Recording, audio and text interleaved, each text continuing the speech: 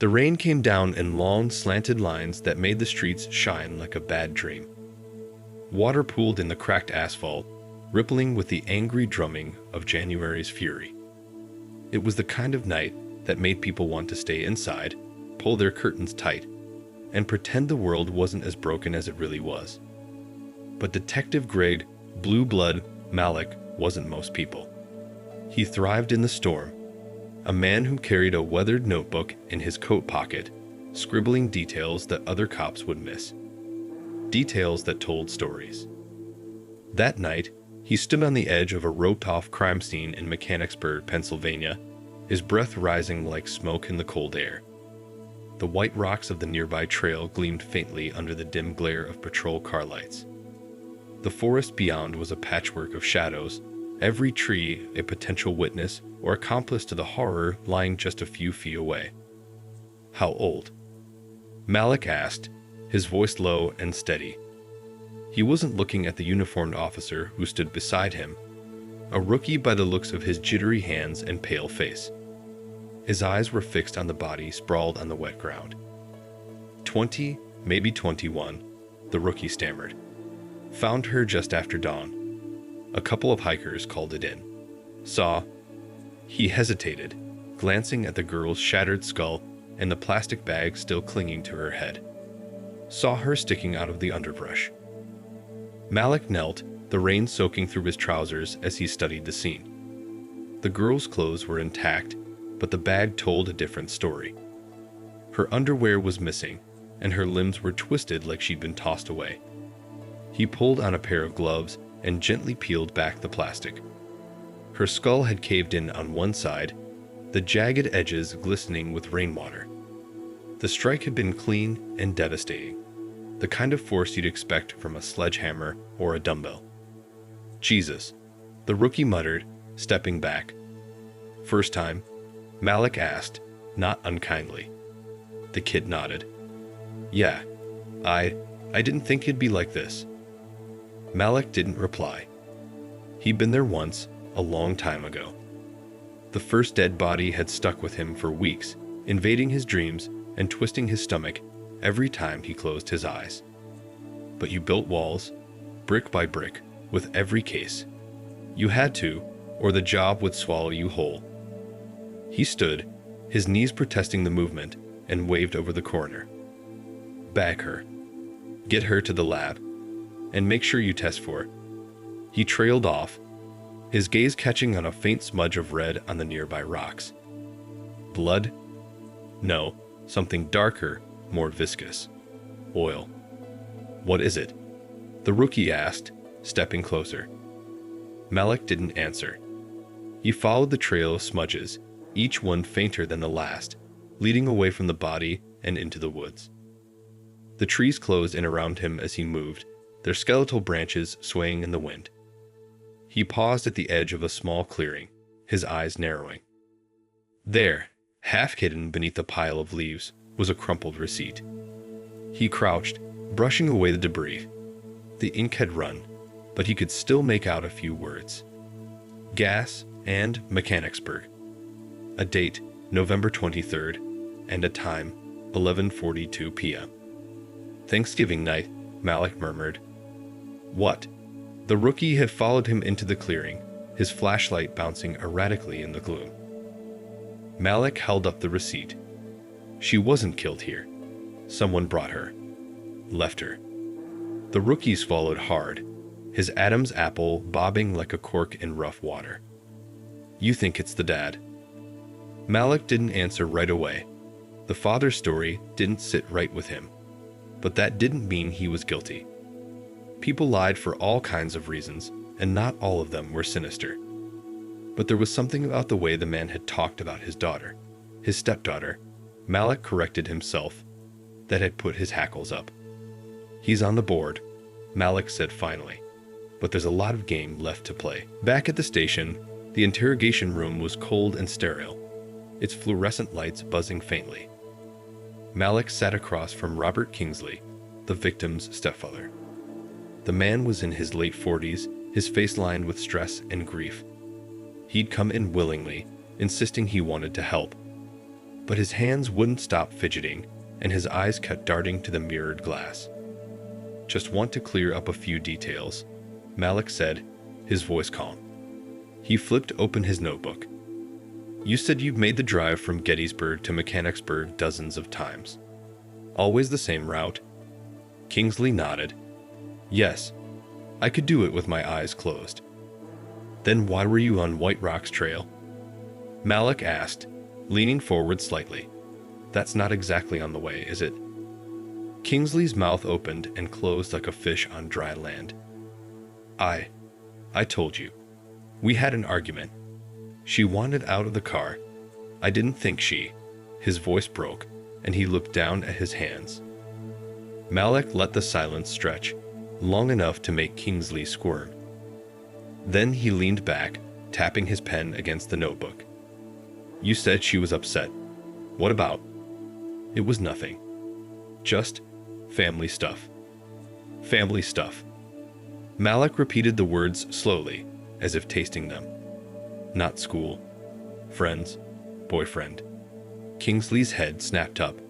She didn't have a boyfriend. She was focused on her studies. The pen stilled in Mallick's hand. "You seem pretty sure about that." Kingsley's face darkened. "She was my daughter. Of course I'm sure." "Stepdaughter," Mallick corrected, his voice soft but pointed. The man flinched, his hands clenching into fists on the table. For a moment, Mallick thought he might explode, but then he slumped back in his chair, his anger deflating into something raw and ugly. "We were close," Kingsley said finally. His voice was low, almost a whisper. "Closer than most." Mallick's stomach turned, but he kept his face neutral. He clicked his pen, closing the notebook with a deliberate snap. "Thanks for your time, Mr. Kingsley. We'll be in touch." As he left the room, Mallick's mind was already racing. The receipt, the route, the tension in Kingsley's voice when he spoke about his stepdaughter. The pieces were starting to come together, but the picture they formed was darker than he'd anticipated. And somewhere, in the back of his mind, a voice whispered, "You've seen this before." The station buzzed with a low electric hum, the kind that got under your skin and stayed there. Phones rang, voices murmured, and the sound of typing on old keyboards filled the air. It was the soundtrack of long hours and heavier burdens. But in the small, soundproofed interrogation room, the world outside faded to nothing. Inside, it was just Detective Mallick, Robert Kingsley, and a silence that felt heavier than the rainstorm from the night before. Mallick sat across from Kingsley, the fluorescent light overhead casting harsh shadows on their faces. Kingsley's hands rested on the table, palms down, fingers twitching every so often. His eyes flitted nervously to the mirrored glass on the wall, then back to Mallick. "Let's go over it again," Mallick said, his voice calm, deliberate. He opened his notebook and clicked his pen. "You left Gettysburg around what time?" 8:30, Kingsley replied, his voice tight. "We had dinner with my wife's family. My stepdaughter, Marcy, she didn't really get along with them. We left early." Mallick nodded, jotting something down. "And you drove straight home?" "Yes," Kingsley said, then hesitated. "Well, not exactly. Marcy wanted to stop somewhere. She was upset, said she needed to cool off." "Where did you stop?" Mallick's pen hovered over the page, ready to catch any slip. "White Rock's trail. It was her idea." Kingsley's fingers twitched again. "I told her it was a bad idea. It was late, dark, but she insisted." "You let her out of the car," Mallick said, not a question but a statement. "Yes," Kingsley said. She was yelling. I didn't want to fight. I thought she'd calm down and call me when she was ready to leave." "And you drove off," Mallick said, his tone neutral. "I didn't go far," Kingsley said quickly. "Maybe half a mile. I pulled over and tried to call her, but she didn't answer. I waited for a bit, then went home, thinking she'd catch a ride or something." Mallick tilted his head, studying the man in front of him. "What time did you get home?" "Close to 11, Kingsley said. "I think. I wasn't really keeping track." Mallick scribbled something in his notebook, the scratching sound loud in the silence. Then he looked up, his eyes sharp. "You've been to White Rocks before, haven't you?" Kingsley blinked, caught off guard. "No, I don't think so. Maybe once, years ago." "Why?" "Just curious," Mallick said, his tone light. But his gaze didn't waver. "You seem awfully familiar with it. You knew exactly where to stop, didn't you?" Kingsley shifted in his chair, his jaw tightening. "I told you, it was Marcy's idea." "And she didn't take her phone," Mallick said. "You said you tried calling her, but her phone was found at home. Why is that?" Kingsley opened his mouth, then closed it again. The room seemed to grow colder. "Maybe she forgot it," Kingsley said finally, his voice barely above a whisper. "Forgot it," Mallick repeated, leaning back in his chair. He tapped his pen against the notebook, once, twice. The sound was deliberate, calculated. "Or maybe she didn't have time to grab it." Kingsley's face reddened, his hands balling into fists. "I don't know what you're implying, but I loved Marcy. She was my daughter." "Stepdaughter," Mallick corrected, his voice soft but firm. The word hung in the air like a challenge. Kingsley's fists clenched tighter, the knuckles turning white. He looked away, his jaw working as though he were biting back a stream of words. Mallick let the silence stretch, let it fill the room until it was almost unbearable. Then he leaned forward, his eyes locked on Kingsley's. "You need to start telling the truth, Robert. Because the longer you lie, the worse it's going to get." Kingsley's mouth opened, a protest forming on his lips, but Mallick held up a hand. "Save it. We'll talk again tomorrow. Until then, I suggest you think very carefully about what you want to say." He stood, gathering his notebook and pen, and left the room without another word. Outside, the buzz of the station hit him like a wave. Officers moved through the hallways, their voices a low murmur of routine and urgency. Mallick headed for his desk, his mind spinning. Kingsley was hiding something. Of that, he was sure. But what? And why? The receipt from the gas station, the missing phone, the tension in Kingsley's voice when he spoke of Marcy. The pieces were there, but they weren't fitting together. Not yet. As he sat down and opened his notebook, he felt the familiar tug of determination. He'd been here before, chasing shadows and whispers, piecing together puzzles that no one else could solve. This case was no different, and he wouldn't stop until the truth came to light. What is Robert Kingsley hiding? What really happened on White Rocks Trail that night? Stay tuned for the next session as Detective Mallick dives deeper into the mystery and uncovers secrets that will chill you to the core. Detective Greg Mallick stood at the threshold of his office, the sharp aroma of stale coffee and damp paper filling his senses. His desk, a chaotic mess of reports, photographs, and half-filled notebooks, was a reflection of his restless mind. He dropped into his chair with a heavy sigh, flipping open the folder marked Kingsley, Robert. "What's he hiding?" Mallick muttered under his breath, his pen poised to scratch new notes into the margins of the growing dossier. The pieces didn't fit, not yet. The gas station receipt found near the crime scene was time-stamped 11:42 p.m., but Kingsley claimed he had been home by then. And Marcy's phone, left behind at the house, was a glaring contradiction to his story. People didn't just forget their phones anymore. That detail gnawed at Mallick like an itch he couldn't scratch. The phone buzzed on his desk, rattling against the stack of papers. It was Jenkins from the lab. "Got something for you," Jenkins said without preamble. The blood on the plastic bag? Definitely Marcy's. But there's something else. We found traces of engine oil mixed in with the blood and dirt. Engine oil? Mallick straightened in his chair, his pen frozen mid-scribble. "Yeah, fresh too. like someone had been working on a car recently. Mallick thanked him and hung up. The detail sparked a new thread of thought. He reached for his notebook, flipping back to his initial notes from the crime scene. Gas station. Engine oil. Why does this feel connected? The next step was clear. Mallick grabbed his coat and headed for the White Rocks Trail parking lot. The rain had let up, leaving the air damp and heavy with the scent of wet earth. The trailhead was quiet, the kind of quiet that made his skin prickle. He walked slowly, his eyes scanning the ground for anything out of place. And there it was. A faint smear of oil on the gravel, leading away from the lot and toward the forest. Mallick crouched, running his fingers lightly over the dark stain. It wasn't much, but it was enough to follow. The trail led him deeper into the woods, past trees gnarled with age and roots that clawed at the ground like skeletal hands.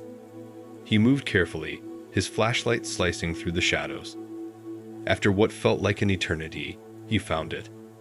A rusted-out truck, hidden behind a thicket of thorn bushes. The vehicle's hood was propped open, its engine compartment smeared with grease and grime. Fresh oil pooled beneath it, mingling with the damp earth. Mallick's heart thudded in his chest. He circled the truck, noting the flat tires and the faint traces of blood on the driver's side door. This wasn't just a coincidence. This truck was part of the story. Back at the station, Mallick sat across from Kingsley again. This time, the man's confidence seemed thinner. His shoulders hunched as though the weight of his lies was finally pressing down. Found a truck in the woods near White Rocks, Mallick began, his voice deceptively casual. Hood open, fresh oil everywhere. Blood on the door. Want to tell me about it? Kingsley's face turned pale, his hands gripping the edges of the table. I don't know anything about a truck. Funny thing, Mallick said, leaning forward. The oil matches the traces we found near Marcy. And the blood? We're running the tests now, but I bet my badge it's hers. Kingsley's jaw tightened, his eyes darting to the mirrored glass. He was unraveling, and Mallick could see it.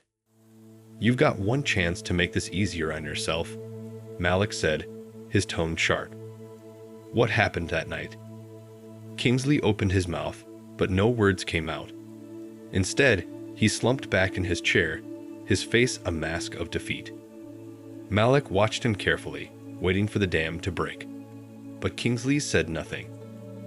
Mallick left the interrogation room with a mix of frustration and satisfaction. Kingsley was cracking, but he hadn't broken. Not yet. But the truck was a game changer. It was proof that this was more than an argument gone wrong. This was premeditated. As he walked back to his desk, his phone buzzed again. It was Jenkins. Mallick, he answered. Got the blood results from the truck, Jenkins said. It's Marcy's. Mallick's grip tightened on the phone.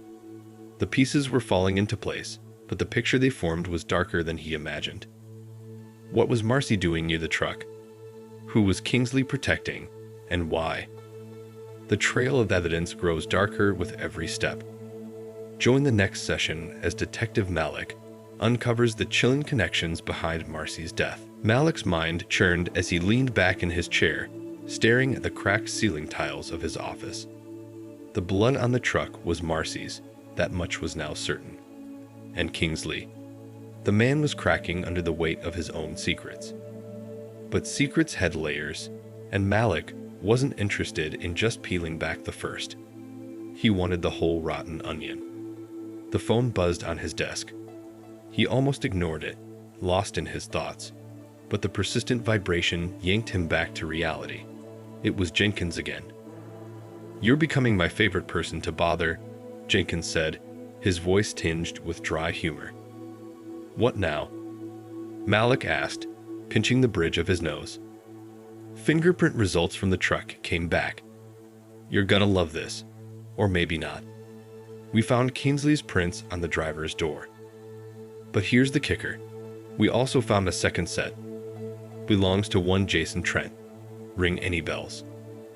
Mallick sat up straighter, his pen hovering over the notepad on his desk. Jason Trent. The name clicked into place like a puzzle piece. He's the guy who lives out near White Rocks. The creep with the priors. Indecent exposure, battery. Bingo, Jenkins said. And he's got a fresh warrant out for unpaid fines. Thought you'd want to know. Mallick hung up without another word. His pulse quickened as he grabbed his coat and headed for the door.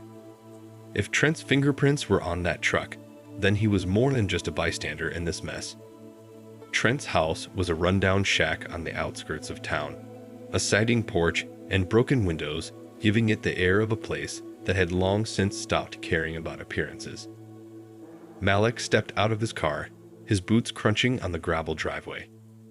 The smell of damp wood and mildew hung heavy in the air. He knocked on the door. Hard. The kind of knock that let people know you weren't here to chat. Trent, open up. Knox County Sheriff's Department. For a moment, nothing. Then, a shuffle of movement inside, followed by the creak of the door opening just a crack. Trent's face appeared, pale and unshaven, his eyes darting nervously. What do you want? Trent asked, his voice a mix of annoyance and unease. I want to talk about White Rocks Trail, Mallick said, his tone cold. And why your fingerprints are on a truck connected to a murder investigation. Trent's eyes widened, and for a split second, Mallick saw the flash of panic. Then the door slammed shut.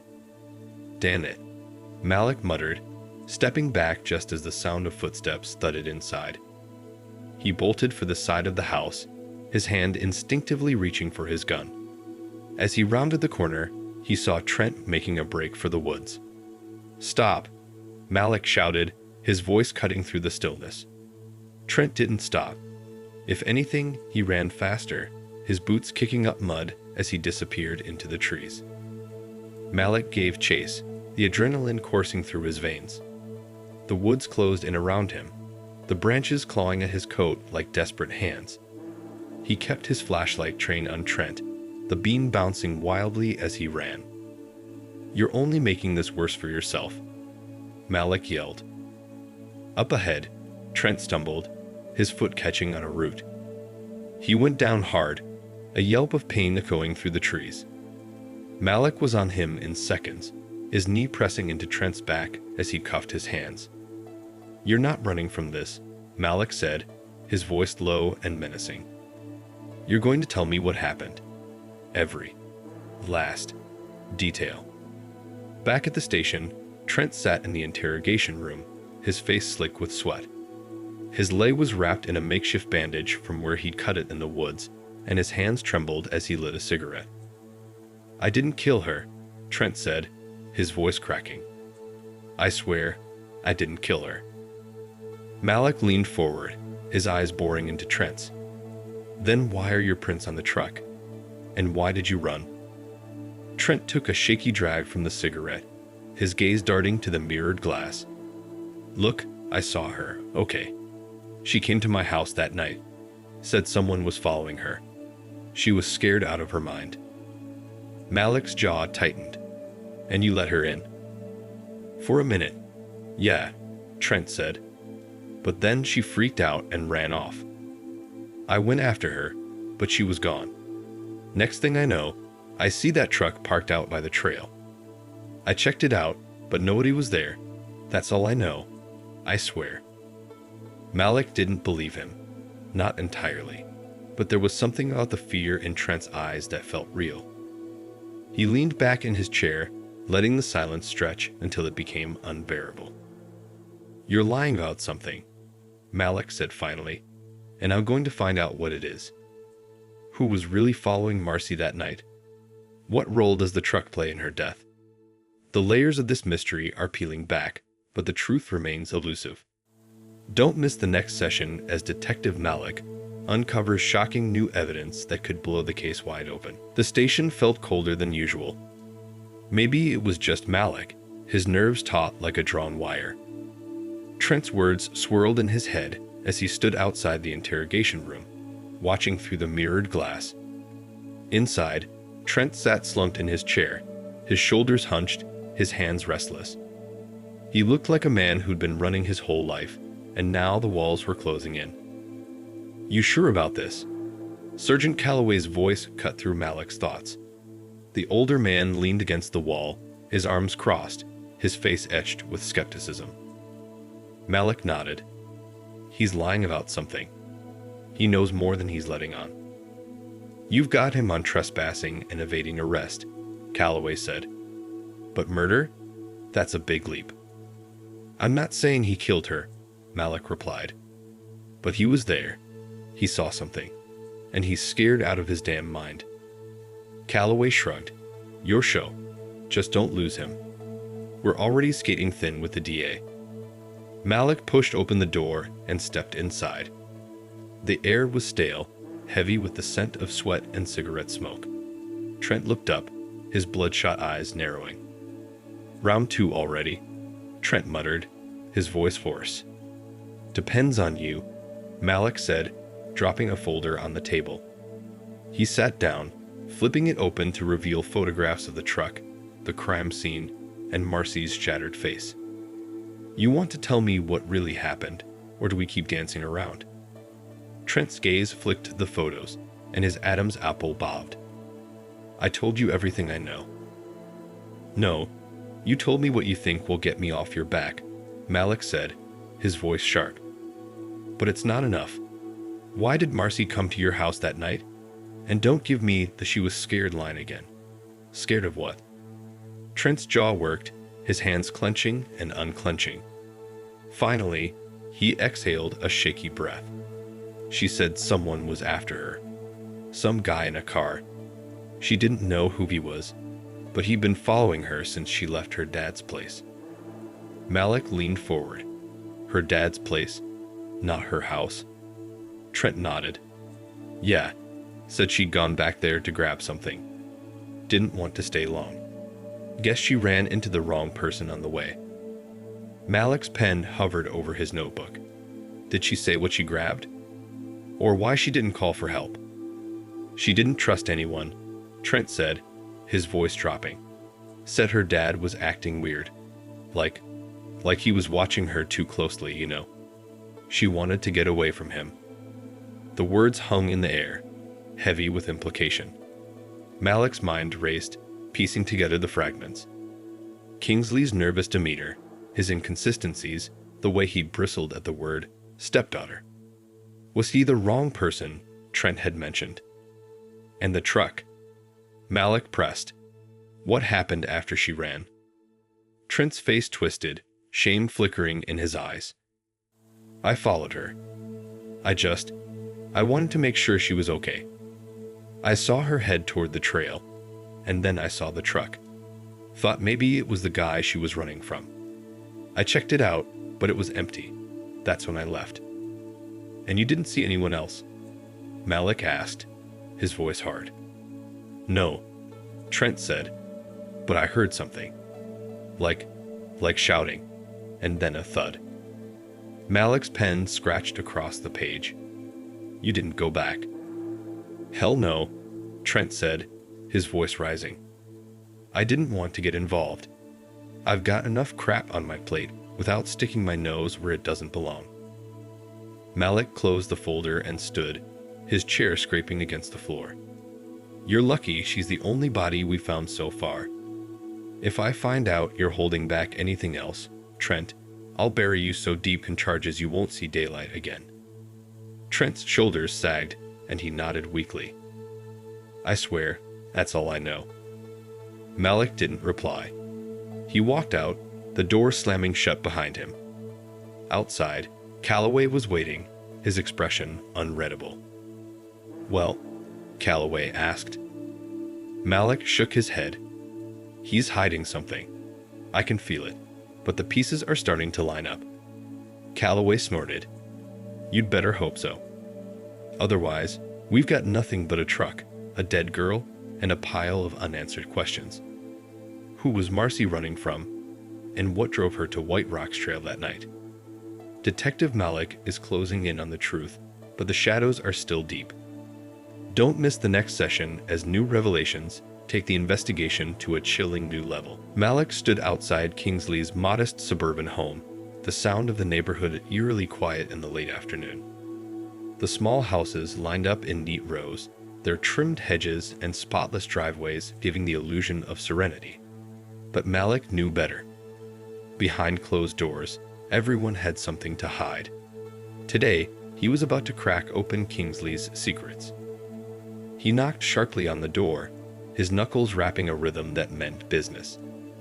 The door opened a few moments later, and Kingsley stood there, his face pale, his eyes red-rimmed as if he'd been crying or drinking. Maybe both. "Detective," Kingsley said, his voice thick. "I thought we were done." "Not quite," Mallick said, stepping inside without waiting for an invitation.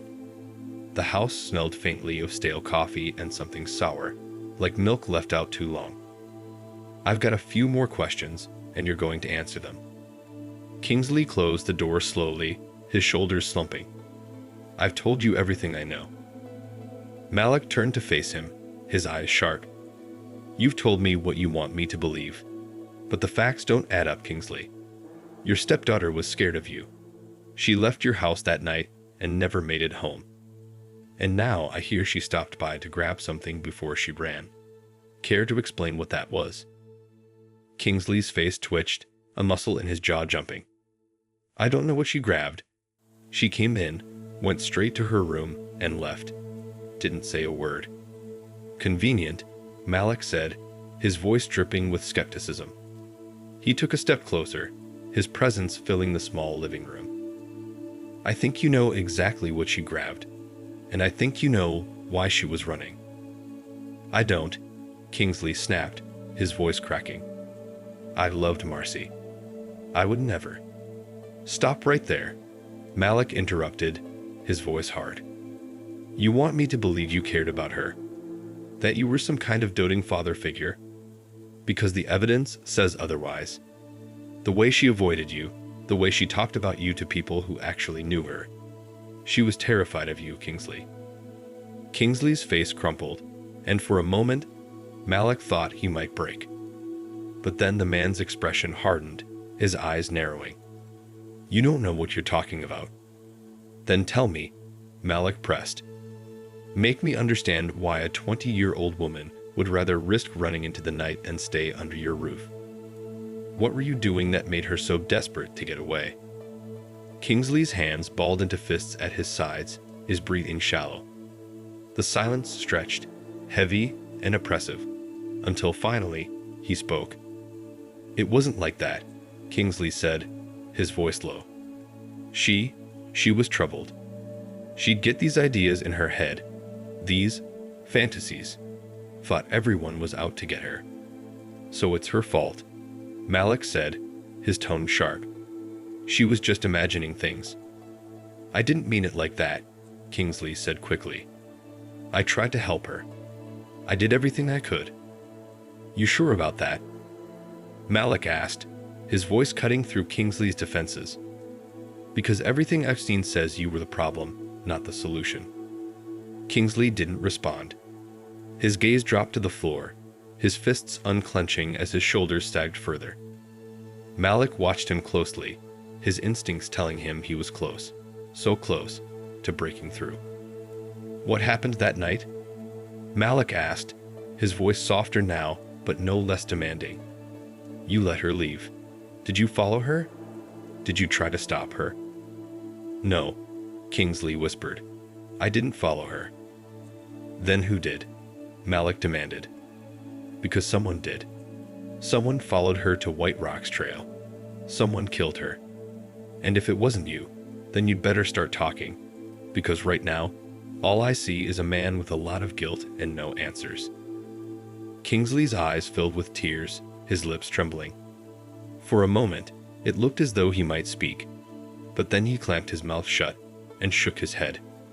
I need you to leave," Kingsley said, his voice barely audible. Mallick stared at him for a long moment, his jaw tight. Finally, he turned and walked to the door, pausing with his hand on the knob. "This isn't over, Kingsley," Mallick said without looking back, Not by a long shot. He stepped outside, the late afternoon sun casting long shadows across the quiet street. As he walked back to his car, his mind churned with questions. Kingsley was hiding something. Of that, Mallick was sure. But what? And why? The pieces were there. He just needed to put them together before it was too late. Detective Mallick sat at his desk, staring at the stack of papers and photos sprawled across the surface. Kingsley's evasive answers were still gnawing at him, the man's barely concealed panic replaying in his mind like a bad movie on loop. Something didn't fit, and Mallick knew the answer was buried somewhere in the details. The phone on his desk buzzed, jolting him from his thoughts. He snatched it up on the second ring. "Mallick," he said. "Got something for you." Jenkins' voice crackled through the line. "Pulled phone records for Marcy Kingsley. There's a series of calls to the same number the day before she died. Burner phone. Couldn't trace it, but the timing's interesting." "How so?" Mallick asked, grabbing a pen and a pad of paper. "The last call was made less than an hour before Kingsley claims she came back to his place to grab her things," Jenkins said.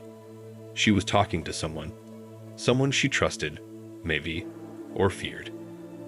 Mallick scribbled down the details, his mind racing. "Anything else?" "One more thing," Jenkins said. "Her phone pinged near a diner off Route 42 that night. She must have stopped there before heading to White Rocks." "Route 42, Mallick muttered. He closed his eyes, visualizing the map.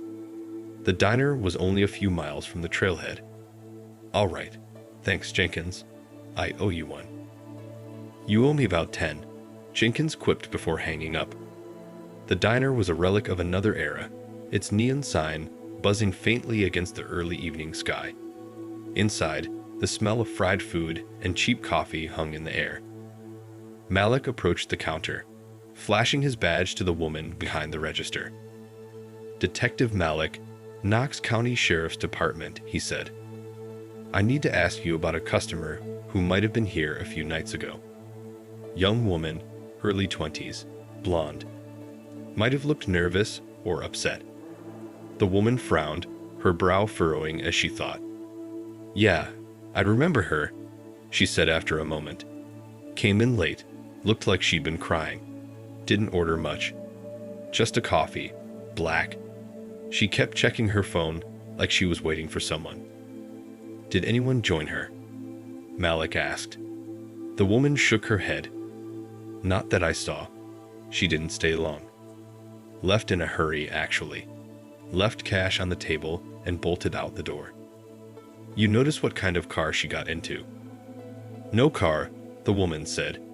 "She was on foot. Headed up the road toward the trail." Mallick's stomach tightened. Did she say anything? Mention anyone? The woman hesitated, biting her lip. "Not much. But when I brought her coffee, I thought I heard her say something under her breath. Like she was talking to herself. She said, 'He's not going to find me.' Or something like that." Mallick's pen froze over his notepad. "He's not going to find me," he repeated. "You're sure?" The woman nodded. "Yeah. Gave me the chills, honestly. Like she was running from someone." Back in his car, Mallick sat in the parking lot, staring at the trail of notes in his notebook. The diner had confirmed what he'd suspected. Marcy was running from someone. But who? Kingsley? Trent? Or someone else entirely? The burner phone. The cryptic message. The path leading straight to White Rocks. The pieces were clicking into place, but the picture they formed was still obscured by shadows. Mallick pulled out his own phone, dialing Jenkins again. "Get me everything you can on that burner number," he said as soon as Jenkins answered. "I don't care how much of a dead end it looks like. Find me something." "You got it," Jenkins said. Mallick hung up and leaned back in his seat, the weight of the case pressing down on him. Whoever Marcy was running from, they'd caught up to her that night. And Mallick was going to find out who they were, no matter what it took. Detective Mallick tapped his fingers on the edge of his desk, the rhythm sharp and uneven as he stared at the phone in front of him. The burner number. It was the thread he needed to pull, the link to whoever Marcy had been so desperate to escape. Jenkins hadn't called back yet, but Mallick's patience was thinning fast. The phone buzzed, and Mallick grabbed it before the first ring finished. "Tell me you've got something," he said, his voice taut. "Not a lot," Jenkins admitted, "but enough to keep things interesting." The burner phones registered to a prepaid account. No name, no address, just a series of refills bought in cash. But I traced the purchases to a gas station out on Route 14, the same one Marcy's receipt was from. Mallick's pen scrawled across his notepad.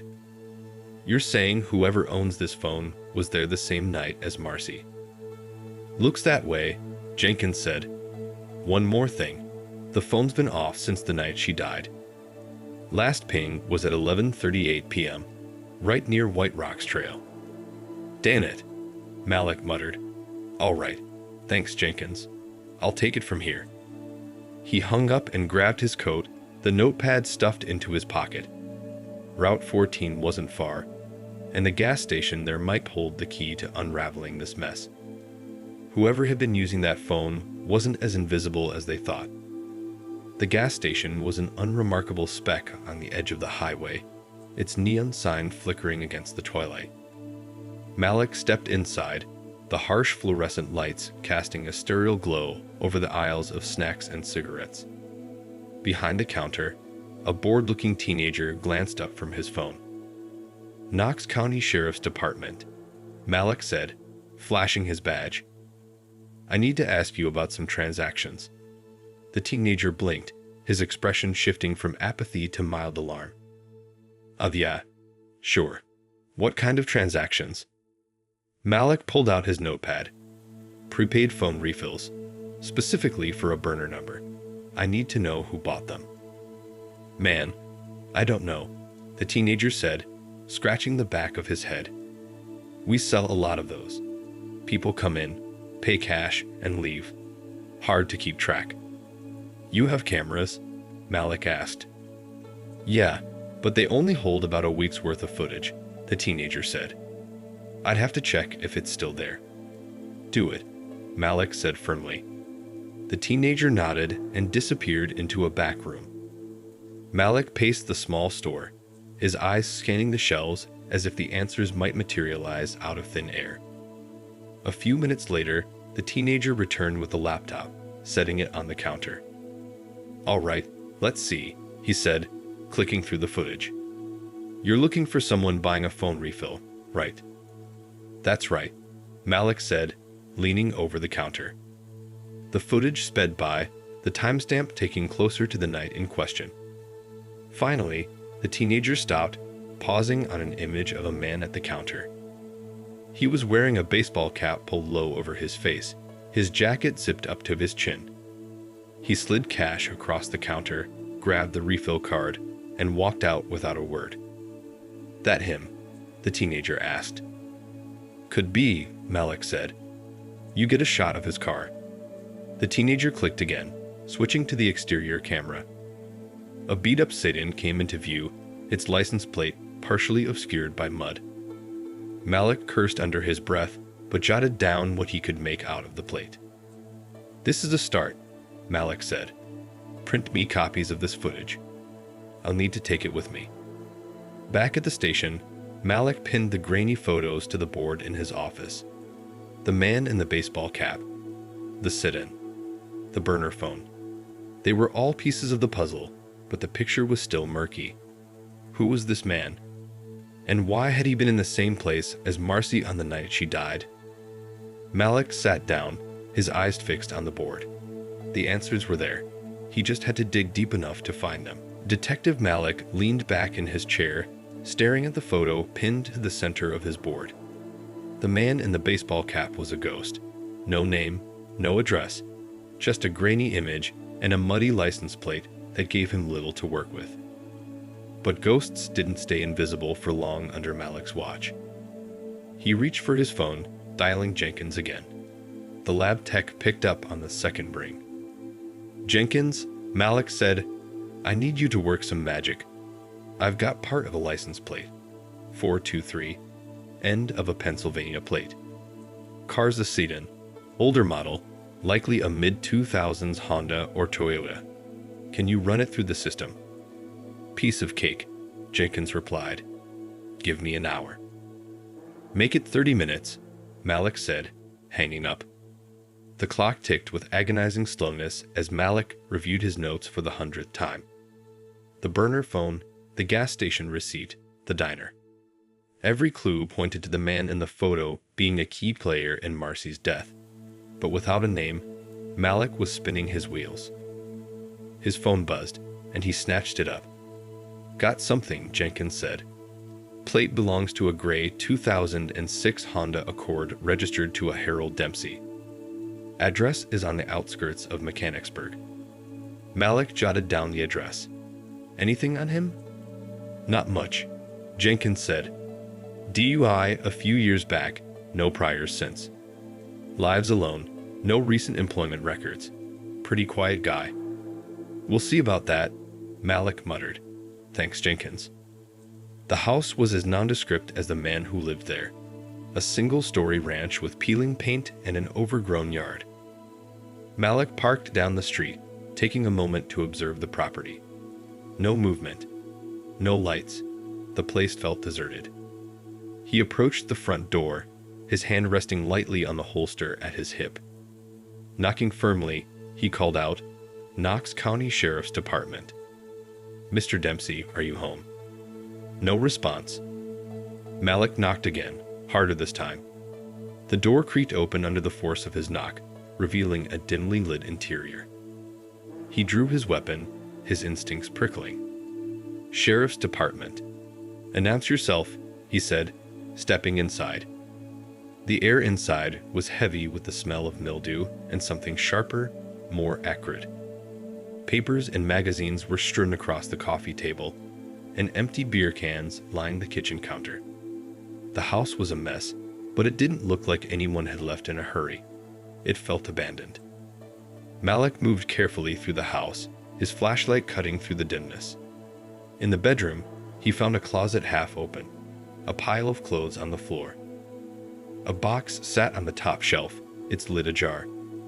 Inside, he found what he was looking for, prepaid phone cards, identical to the ones from the gas station. Gotcha, Mallick muttered. His eyes fell on a slip of paper tucked into the box. Pulling it out, he unfolded it to reveal a handwritten note. 11:30 p.m. White Rocks. Mallick's heart pounded. The time and location matched the last ping from the burner phone. Whoever Harold Dempsey was, he'd been at the trail that night, and he planned to be there.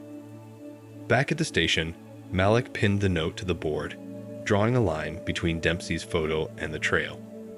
He felt the pieces clicking into place, but the picture they formed was still incomplete. Why had Dempsey been at White Rocks? Was he following Marcy, or was it something else? The answers were close, but they were still just out of reach. Mallick leaned back, his eyes scanning the board. One thing was certain. Harold Dempsey wasn't the ghost Mallick had first thought.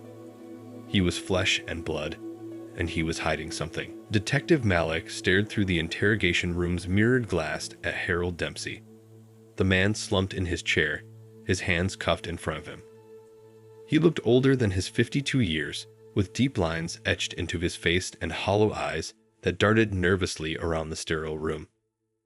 This wasn't the look of a hardened criminal. This was fear, and Mallick planned to use it. He looks like he's already broken, Jenkins said from behind Mallick. Think he'll spill. Mallick didn't respond. He adjusted his tie, grabbed the file on Dempsey, and pushed open the door. The room fell silent as he stepped inside, the air thick with tension.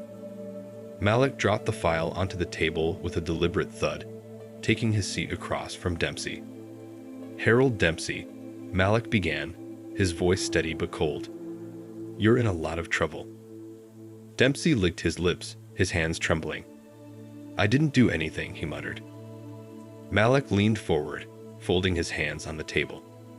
That's funny, because I've got a box of burner phone cards found in your house, and a note that puts you at White Rocks Trail the same night Marcy Kingsley was killed. Care to explain that?" Dempsey shook his head, his shoulders hunching as if he could disappear into himself. "I don't know anything about that girl," he said. "I swear." "You were there," Mallick pressed, his voice sharpening. "The phone records don't lie. And that note? 11:30 p.m., White Rocks. What were you doing there, Harold?" "It wasn't like that," Dempsey said, his voice cracking. "I didn't hurt her. I was supposed to meet someone." Mallick's eyes narrowed. "Who?" Dempsey hesitated, his gaze darting to the mirrored glass. "I don't know his name. He called me. Said he had a job for me." "A job?" Mallick said, leaning in closer. "What kind of job?" "He said he needed someone to watch a girl," Dempsey admitted, his voice barely above a whisper. "Said she'd be at the trail and to call him if she showed up. That's it. I swear, that's all I was supposed to do." Mallick's stomach turned, but he kept his expression neutral. "And did she show up?" Dempsey nodded, his face pale. "Yeah. She came running through, looked scared out of her mind. I called the guy, like he said. Then I left. I didn't want anything to do with it." "You expect me to believe that?" Mallick snapped. "You followed his orders to the letter, and then what?" "Just walked away." Dempsey's head dropped, his shoulders shaking. I didn't know he was going to hurt her," he choked out. "I thought maybe he was her dad or something. I didn't know." "And you didn't think to call the police?" Mallick's voice rose. "You didn't think to ask questions. You just did what he told you." Dempsey didn't answer, his silence damning. Mallick sat back, his jaw tight. The pieces were starting to come together, but the picture they formed was darker than he anticipated. Whoever had hired Dempsey to watch Marcy had planned this. It was premeditated, calculated. "You're not walking out of here until I get a name," Mallick said, his tone low and dangerous. "Who called you, Harold? Who put you up to this?" Dempsey's hands clenched into fists, his knuckles white. For a moment, it looked as though he might speak, but then he shook his head. "I don't know," he said. "It was just a voice on the phone. A man. He didn't tell me his name." Mallick stood, slamming his hands down on the table. "You're lying?" he roared. "You know who it was, and if you don't start talking, I'll make sure you go down for this alone." Dempsey flinched, his body shaking. "I don't know," he cried. "I swear to God, I don't know who he is." Mallick glared at him, the tension in the room palpable. Finally, he turned and walked out, slamming the door behind him. In the observation room, Jenkins raised an eyebrow. "You think he's telling the truth?" "About not knowing the guy? Maybe," Mallick said. "But he knows more than he's letting on. We need to figure out who's pulling the strings." He turned back to the mirrored glass, his mind racing. The man who called Dempsey had orchestrated Marcy's death. Mallick didn't know who he was yet, but one thing was certain: he was getting closer. Detective Mallick sat at his desk, the faint hum of the station around him. The details from Dempsey's interrogation swirled in his head, creating a storm of unanswered questions. A hired observer.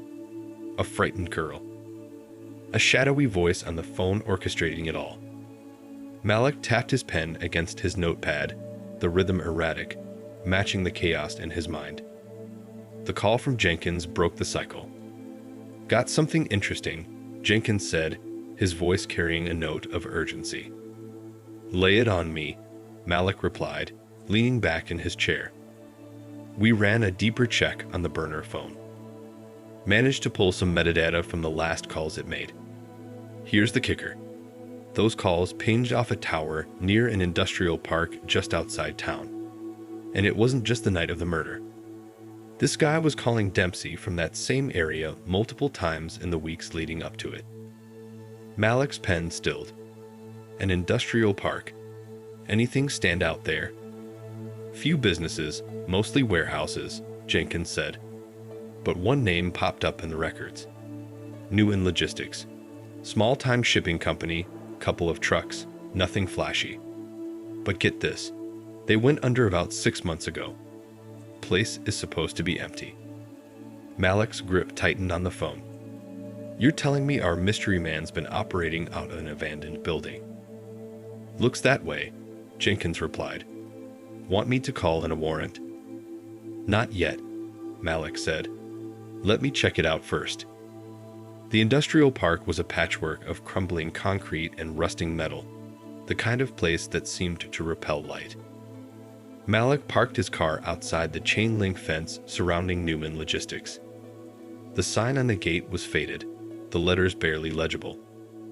Authorized personnel only, it read, though it was clear no one had authorized anything here in a long time.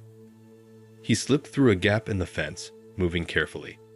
The air smelled of oil and decay, and his footsteps echoed faintly against the walls of the empty warehouses. Newman Logistics sat at the far end, its windows boarded up, its walls tagged with graffiti. The door was locked, but the rusted hinges gave way under a firm push.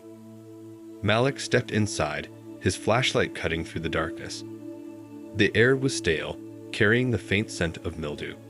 Broken furniture and discarded papers littered the floor, but something about the scene felt wrong. It wasn't just abandoned, it was used. In the corner of the main room, he spotted a desk, a cheap, particle board thing that didn't match the industrial setting. On it was a laptop, its screen dark, but the power light glowing faintly. Next to it, a stack of files and an ashtray filled with cigarette butts. Mallick's pulse quickened as he approached. He flipped open the top file, his eyes scanning the pages. It was a dossier, detailed and meticulous, on Marcy Kingsley. Photos, timelines, personal information. Someone had been watching her for weeks. What the hell? Mallick muttered under his breath. The sound of a door creaking behind him made him spin, his hand going to his holster. The room fell silent again, but the echo of the noise lingered. He moved cautiously toward the source, his flashlight sweeping the area. Sheriff's Department. Show yourself, he called, his voice steady. No response, just the faint rustle of movement deeper in the building. Mallick followed the sound, his footsteps slow and deliberate. He turned a corner and found a small office, the door ajar. Inside, a cot was set up against the wall, a blanket crumpled at the foot. Whoever had been here wasn't just visiting, they'd been living here. On the desk by the cot was a phone, its screen cracked but functional.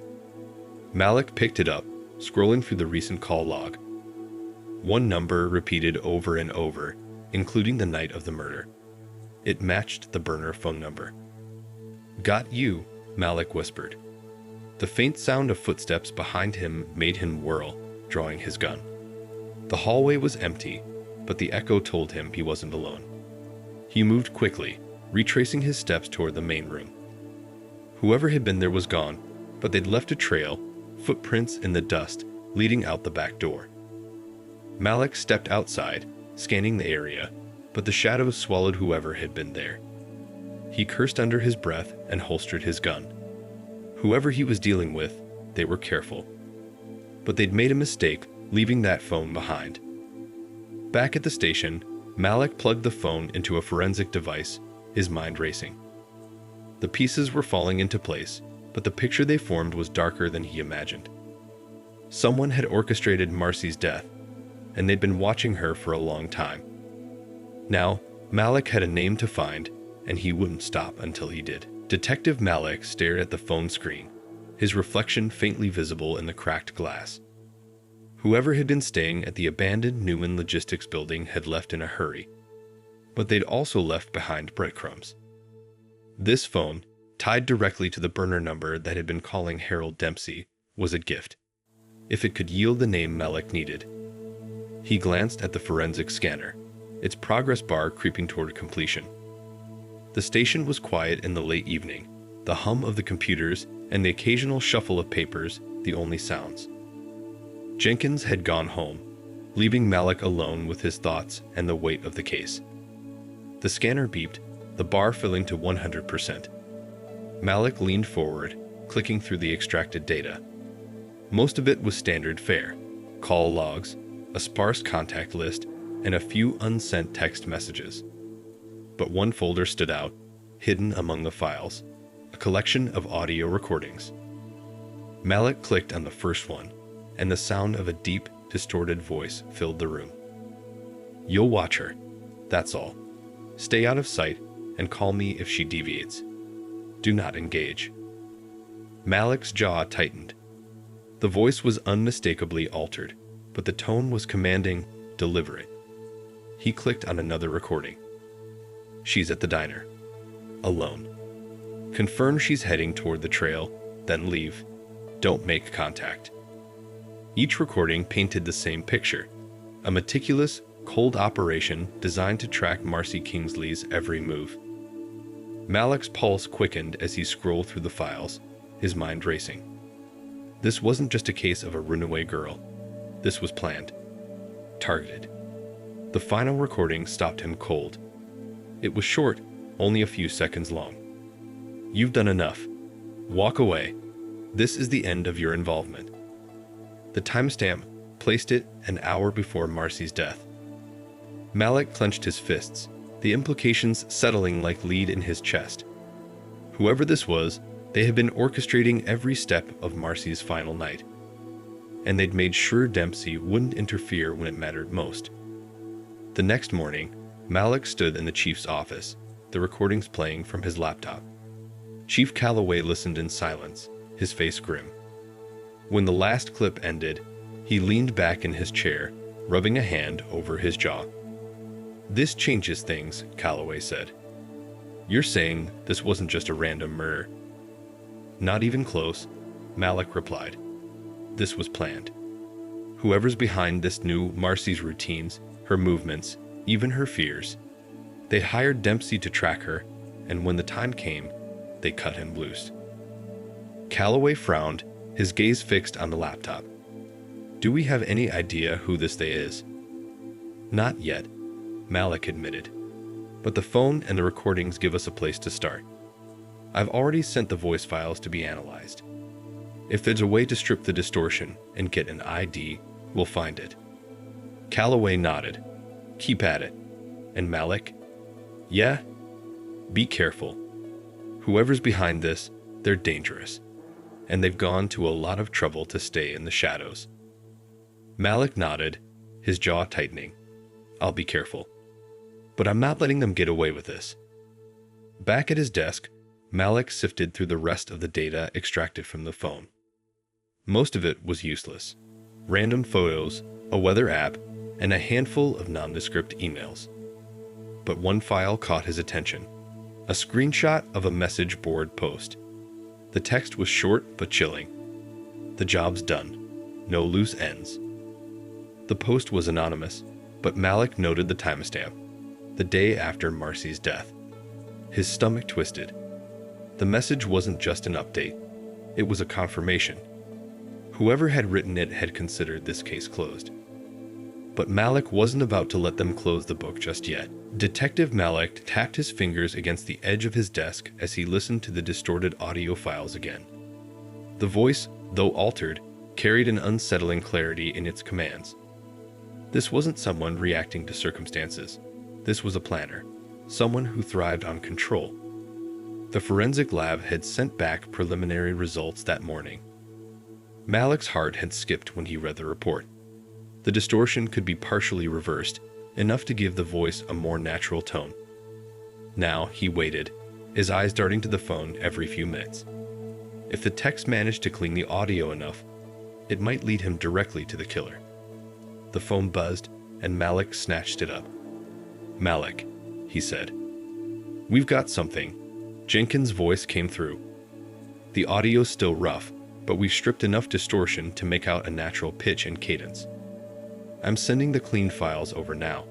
Take a listen." Mallick opened the email Jenkins had sent, downloading the audio files. He plugged in his headphones, bracing himself as he hit play. You'll watch her, the voice said, no longer the mechanical rasp from before. It was deeper now, distinctly male, with an edge of calm authority. That's all. Stay out of sight and call me if she deviates. Mallick leaned back, closing his eyes as he focused on the voice. There was something familiar about it, a cadence he couldn't quite place. He clicked to the next file. Confirm she's heading toward the trail, the voice said. Then leave. Don't make contact. It was the same commanding tone, the same deliberate pacing. Mallick's mind churned, reaching for the connection just beyond his grasp. He paused the file and grabbed his phone, dialing Jenkins again. Do we have any hits on voice recognition? Mallick asked as soon as Jenkins answered. Not yet, Jenkins said. But we flagged the file for cross-checking against known databases. It'll take some time. We don't have time, Mallick snapped, then sighed. Sorry. Just keep me updated. You got it, Jenkins replied. Mallick spent the rest of the day combing through case files, looking for any suspect, witness, or associate whose voice might match. He replayed the audio clips so many times they felt burned into his brain, each word dissected for clues. By evening, his eyes burned from exhaustion, but he refused to stop. As he pored over the notes from Marcy's earlier encounters, a name jumped out at him: Daniel Crow. Crow had been a former colleague of Kingsley's, a contractor who'd worked on a few local development projects. He'd been interviewed briefly during the early stages of the investigation but dismissed as unrelated. Crow was described as charming but intense, a man who left strong impressions on everyone he met. Mallick pulled Crow's file, scanning it for anything connecting him to Marcy or Dempsey. Crow had no criminal record, but his professional history was littered with disputes, sudden firings, and a trail of accusations from former colleagues. Control freak, they'd called him. Manipulative. Calculating. You like control, Mallick murmured, staring at Crow's photo. Maybe too much. He hit play on the audio file again, his eyes narrowing as the clean voice filled his ears. There was no way to confirm it yet, but the more he listened, the more certain he became. Crow's name wasn't just a coincidence. He was the orchestrator. The next morning, Mallick drove to Crow's listed address, a sleek condo in the heart of town. The building's modern facade gleamed in the sunlight, its clean lines and sharp edges at odds with the chaos Mallick suspected lurked inside. He approached the door, knocking firmly. Moments later, it opened to reveal a man in his late 30s, tall and sharply dressed, his features carefully composed. Detective Mallick, Crow said smoothly. I wasn't expecting company. Mind if I come in? Mallick asked, stepping forward without waiting for an answer. Crow's smile didn't waver, but a flicker of annoyance passed through his eyes. Of course. How can I help you? Mallick stepped into the pristine living room, his gaze sweeping the space. Everything was meticulously arranged, not a speck of dust or a misplaced item in sight. You knew Marcy Kingsley, Mallick began, his tone casual but pointed. Crow tilted his head, feigning thoughtfulness. Ah, yes, a lovely young woman. Tragic, what happened to her? But I'm not sure how I can assist. Mallick studied him, his instincts flaring. We have new evidence suggesting her death wasn't random. She was being followed, tracked. Someone orchestrated every step of her final night. You wouldn't know anything about that, would you? Detective Mallick stared at the photo of Daniel Crow pinned to his board, the face of a man who had perfected the art of hiding in plain sight. Crow's carefully curated image, the polished smile, the air of professionalism, was a mask. Mallick had seen men like him before. Manipulators, puppeteers who thrived on control. The voice from the recordings played in his head again. The tone, the cadence, the calm authority.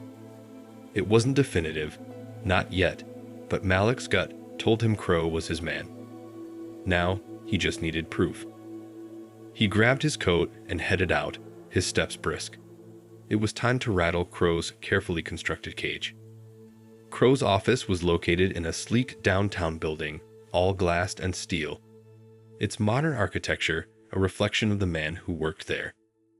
Mallick stepped inside, flashing his badge at the receptionist, a young woman whose practiced smile faltered slightly at the sight of him. "Detective Mallick," he said. "I need to speak with Mr. Crow. It's urgent." The receptionist hesitated, glancing at her computer. "I'll see if he's available." "Don't bother," Mallick said, stepping past her.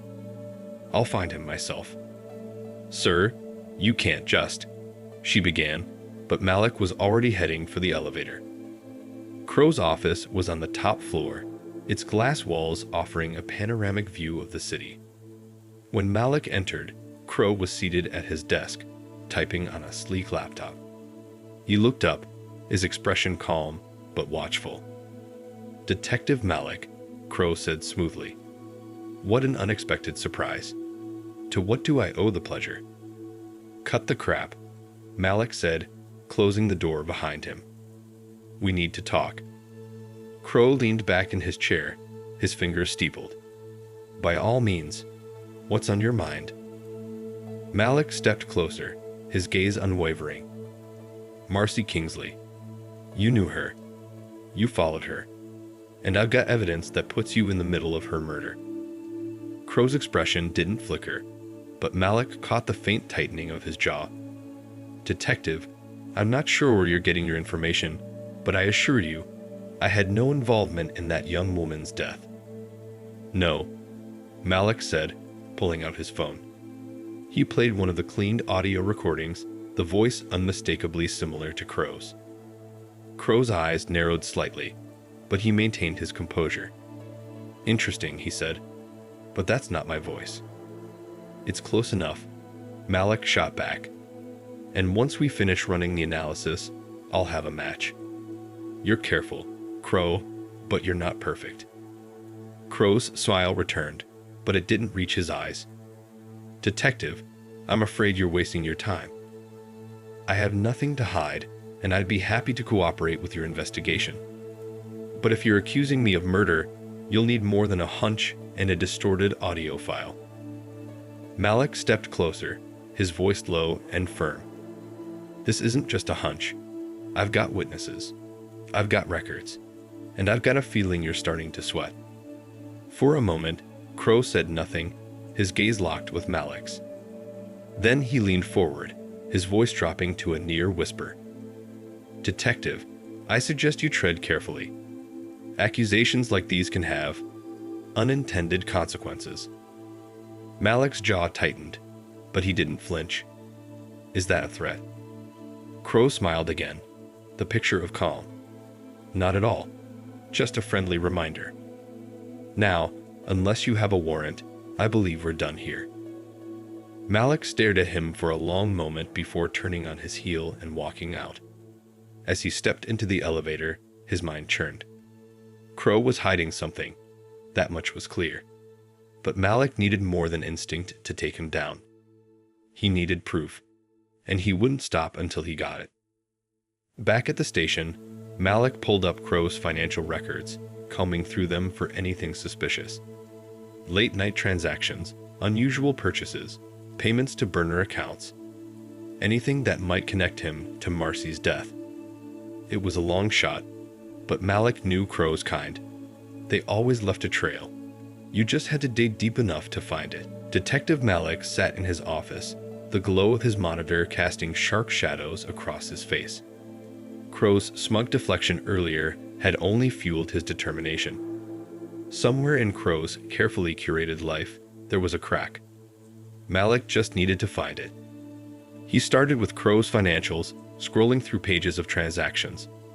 Most of it was ordinary: utility bills, groceries, high-end suits, but then something caught his eye. A recurring payment to a storage facility on the outskirts of town. The payments were small, easily overlooked, but the consistency was suspicious. Why would a man like Crow need a storage unit?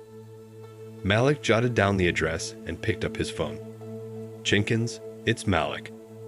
I need you to meet me at Belmont Storage off Route 19. Bring a warrant. On it, Jenkins replied without hesitation. The storage facility was eerily quiet under the dim glow of overhead lights. Rows of metal doors stretched out in neat lines, the cold air heavy with the smell of oil and rust.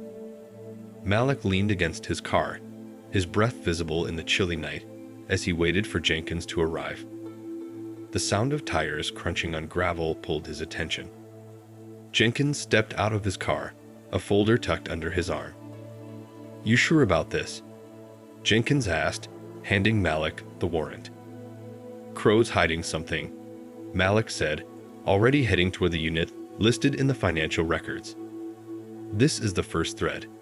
Let's see where it leads."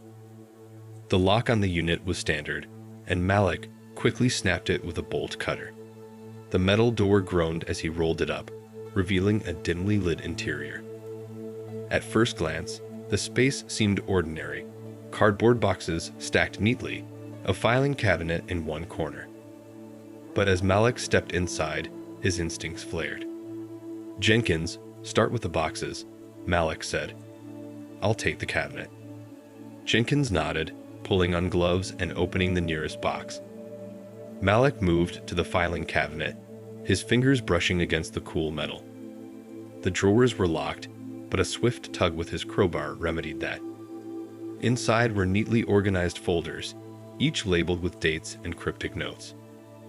Mallick flipped through the files, his pulse quickening as he recognized a name: Marcy Kingsley. He pulled the folder, opening it to reveal surveillance photos, notes on her routines, and even copies of emails. The detail was unnerving, every aspect of her life cataloged with chilling precision.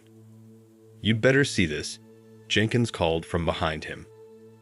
Mallick turned to see Jenkins holding up a black duffel bag. Inside were tools, duct tape, gloves, a hunting knife, and a small vial labeled Rohypnol. "Jesus," Mallick muttered.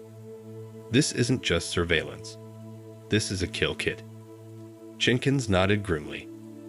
"You think Crow was planning this for someone else? Or was it just Marcy?" "Could be either," Mallick said, his mind racing. "But this proves intent. He wasn't just watching her, he was hunting her." They continued searching the unit, uncovering more damning evidence. Burner phones, SIAM cards, and a map with locations marked, including White Rocks Trail and the diner Marcy had visited that night. Every piece painted the same picture. Crow had orchestrated Marcy's final moments with meticulous care. Back at the station, Mallick laid out the evidence on the board, connecting the dots with red string. Each piece added weight to the case against Crow, but Mallick knew it wasn't enough. Crow's polished exterior and calculated charm wouldn't crumble easily, not without irrefutable proof tying him directly to the murder. Mallick's phone buzzed. It was Jenkins. "We've got a lead," Jenkins said. One of the burner phones had an active SIM card. Last call was to another number registered under a false name, but the location traces back to Crow's office. Mallick's grip tightened on the phone. "Good work. Let's move." Mallick stood outside Crow's office building once more, the weight of the case pressing down on him. This time, he wasn't leaving without answers. Crow's web of lies was unraveling, and Mallick was ready to pull a final thread. Detective Mallick stepped into Crow's office for the second time that week, his resolve hardened by the damning evidence uncovered in the storage unit. This time, he wasn't here to talk. He was here to bring a killer to justice. Crow was seated at his desk, his sharp suit impeccable as always, the picture of calm. But Mallick saw the flicker of tension in his jaw as he entered. Crow's mask was cracking. "Detective Mallick," Crow said, his voice smooth but strained. "Back so soon? I wasn't expecting you." "I'm sure you weren't," Mallick replied, closing the door behind him. He pulled a chair out and sat across from Crow, laying a folder on the desk. "But we need to have a conversation. And this time, you're going to tell me the truth." Crow's lips curled into a faint smile. "Truth. I've been nothing but honest with you, detective. Mallick opened the folder, revealing photos of the surveillance materials, the map, and the kill kit. Explain this, he said, his tone sharp. We found this in a storage unit tied to your financial records. Surveillance photos of Marcy Kingsley, notes on her routines, and a bag of tools that screams premeditation. Want to tell me how that's not connected to her murder? Crow's eyes scanned the photos, his smile faltering. I don't know what this is, he said, leaning back. I've never seen these things before. Cut the crap, Crow, Mallick snapped, slamming his hand on the desk. We've got phone records tying you to burner numbers, recordings of your voice giving orders, and a goddamn map leading straight to White Rock's trail. You planned this. You followed her. And now, you're going to pay for it. Crow's composure cracked, his calm facade slipping. You're making a mistake, he said, his voice low. You don't know what you're dealing with. What I'm dealing with is a murderer trying to cover his tracks, Mallick said. But you left a trail, Crow. You thought you were smarter than everyone else, but you're not. You're just another predator who thought he could get away with it. Crow's hands clenched into fists, his breathing shallow. You think you've won, he said, his voice trembling with suppressed rage. You have no idea what's coming. Mallick leaned in, his eyes locked on Crow's. Oh, I think I do. You're coming with me. As Mallick cuffed Crow and led him out of the office, the building's employees stopped and stared, their whispers filling the air like static. Crow's polished image was shattered, his confidence replaced by seething anger. Back at the station, Mallick sat in the interrogation room, watching Crow through the mirrored glass. The man sat rigid, his jaw tight, his eyes fixed on the table. Mallick's phone buzzed, and he picked it up. We got it, Jenkins said. The voice analysis is a match. It's Crow. Mallick nodded, his grip tightening on the phone. Good. Let's make it official. He stepped into the interrogation room, closing the door behind him. Crow looked up, his expression unreadable. It's over, Mallick said, dropping the final piece of evidence on the table. We have your voice. We have your plans. And we have your mistakes. You're done, Crow. For a moment, Crow said nothing. Then he leaned back, a faint smirk on his lips. You think putting me away will fix anything? You're playing a game you can't win, detective. Mallick didn't flinch. Game's over, and you lost. He turned and left the room, the door slamming shut behind him. For the first time in weeks, Mallick felt a sense of relief.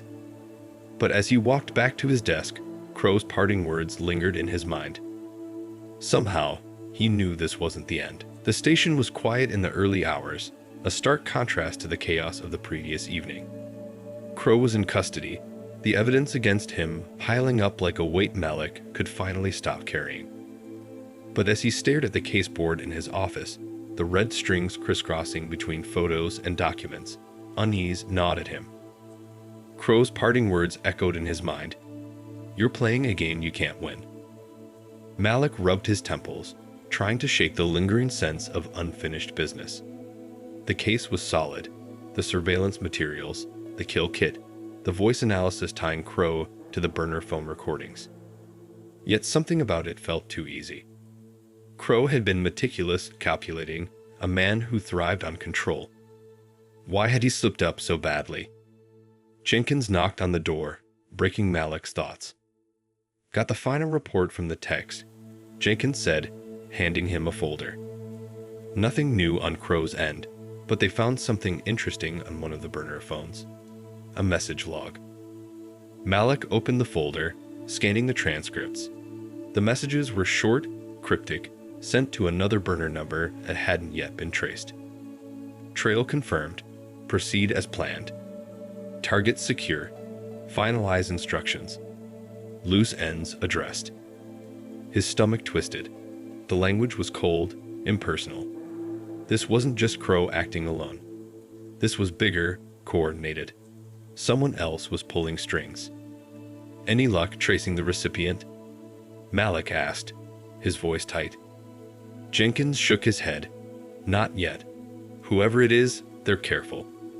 No registered numbers, no identifiable patterns. Just dead ends. Keep at it, Mallick said, closing the folder. There's more to this. I can feel it. Later that morning, Mallick sat across from Crow in the interrogation room. The man's polished demeanor was gone, replaced by simmering anger and exhaustion. Yet his eyes still held a flicker of defiance. Who were you working with? Mallick asked, his voice calm but firm. Crow smirked. You think I'm going to hand you answers? You don't even know what you're asking. I know there's someone else, Mallick pressed. You weren't acting alone. The messages on the burner phones prove it. Proceed as planned. Loose ends addressed. Who were you talking to? Crow's smirk widened, his composure unnerving. You've already got me, detective. What more do you want? The truth, Mallick said, before more people get hurt. Crow leaned back, his chair creaking under the motion. You're chasing ghosts. You think locking me up changes anything? The game's still going, and you're not even on the board. Mallick's jaw tightened. We'll see about that.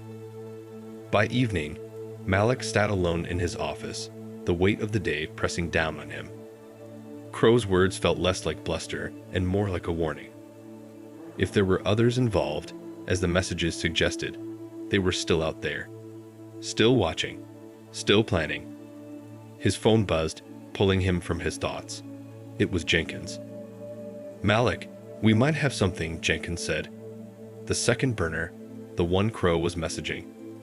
We traced its last ping to a location near the docks. It's a warehouse, looks abandoned. Want to check it out?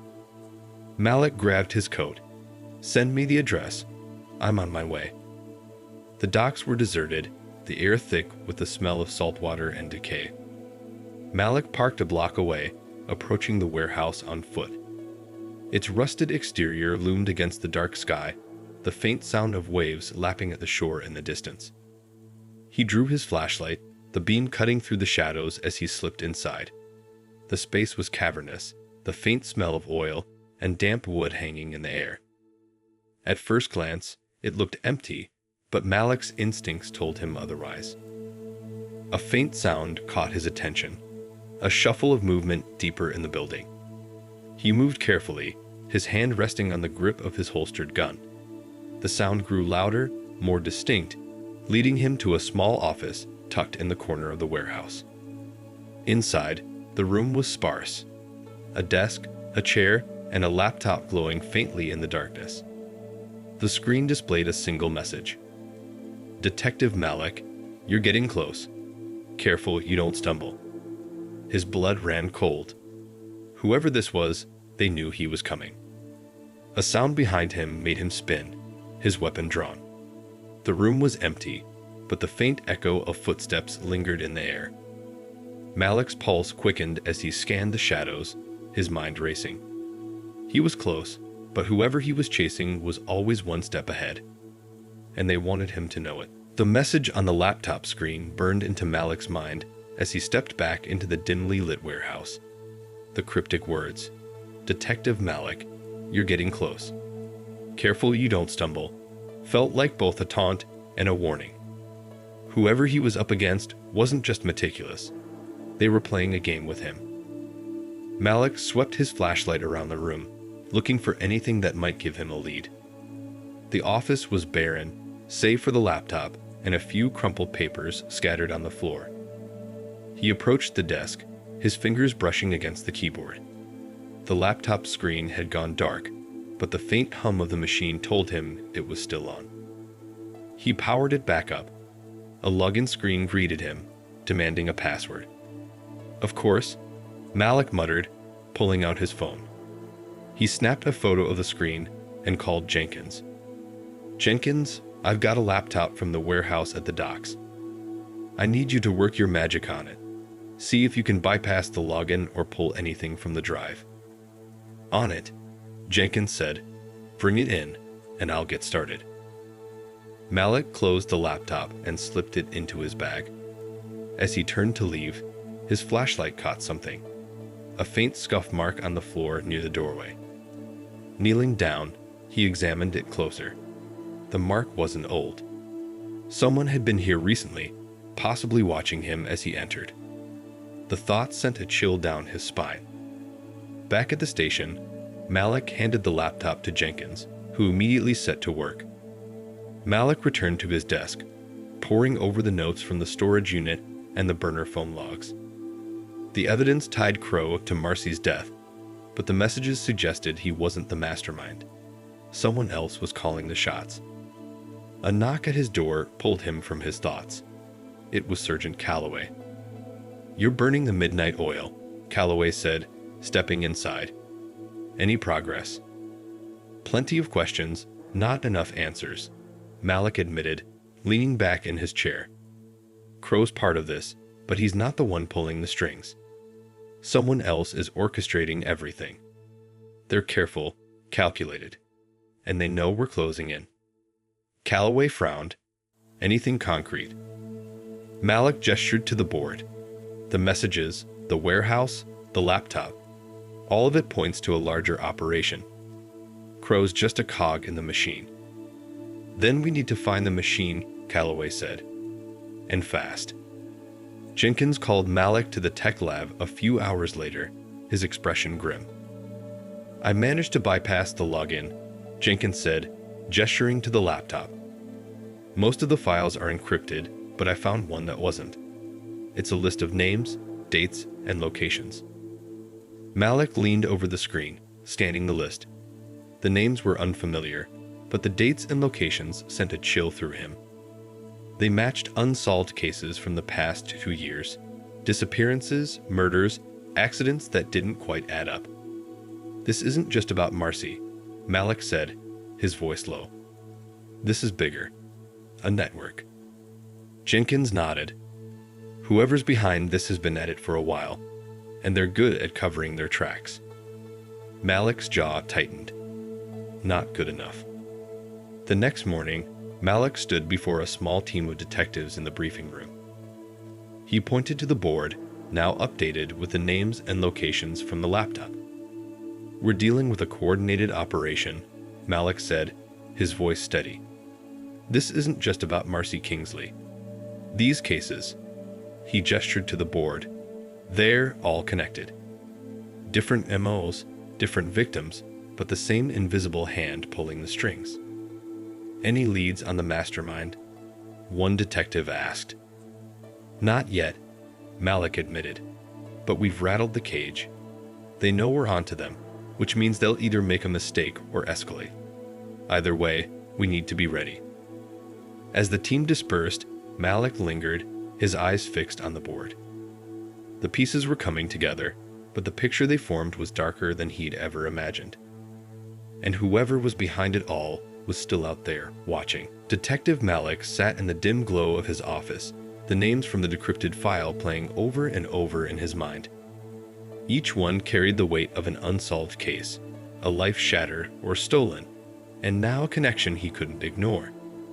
His coffee sat untouched, the bitter scent mingling with the stale air of late-night obsession.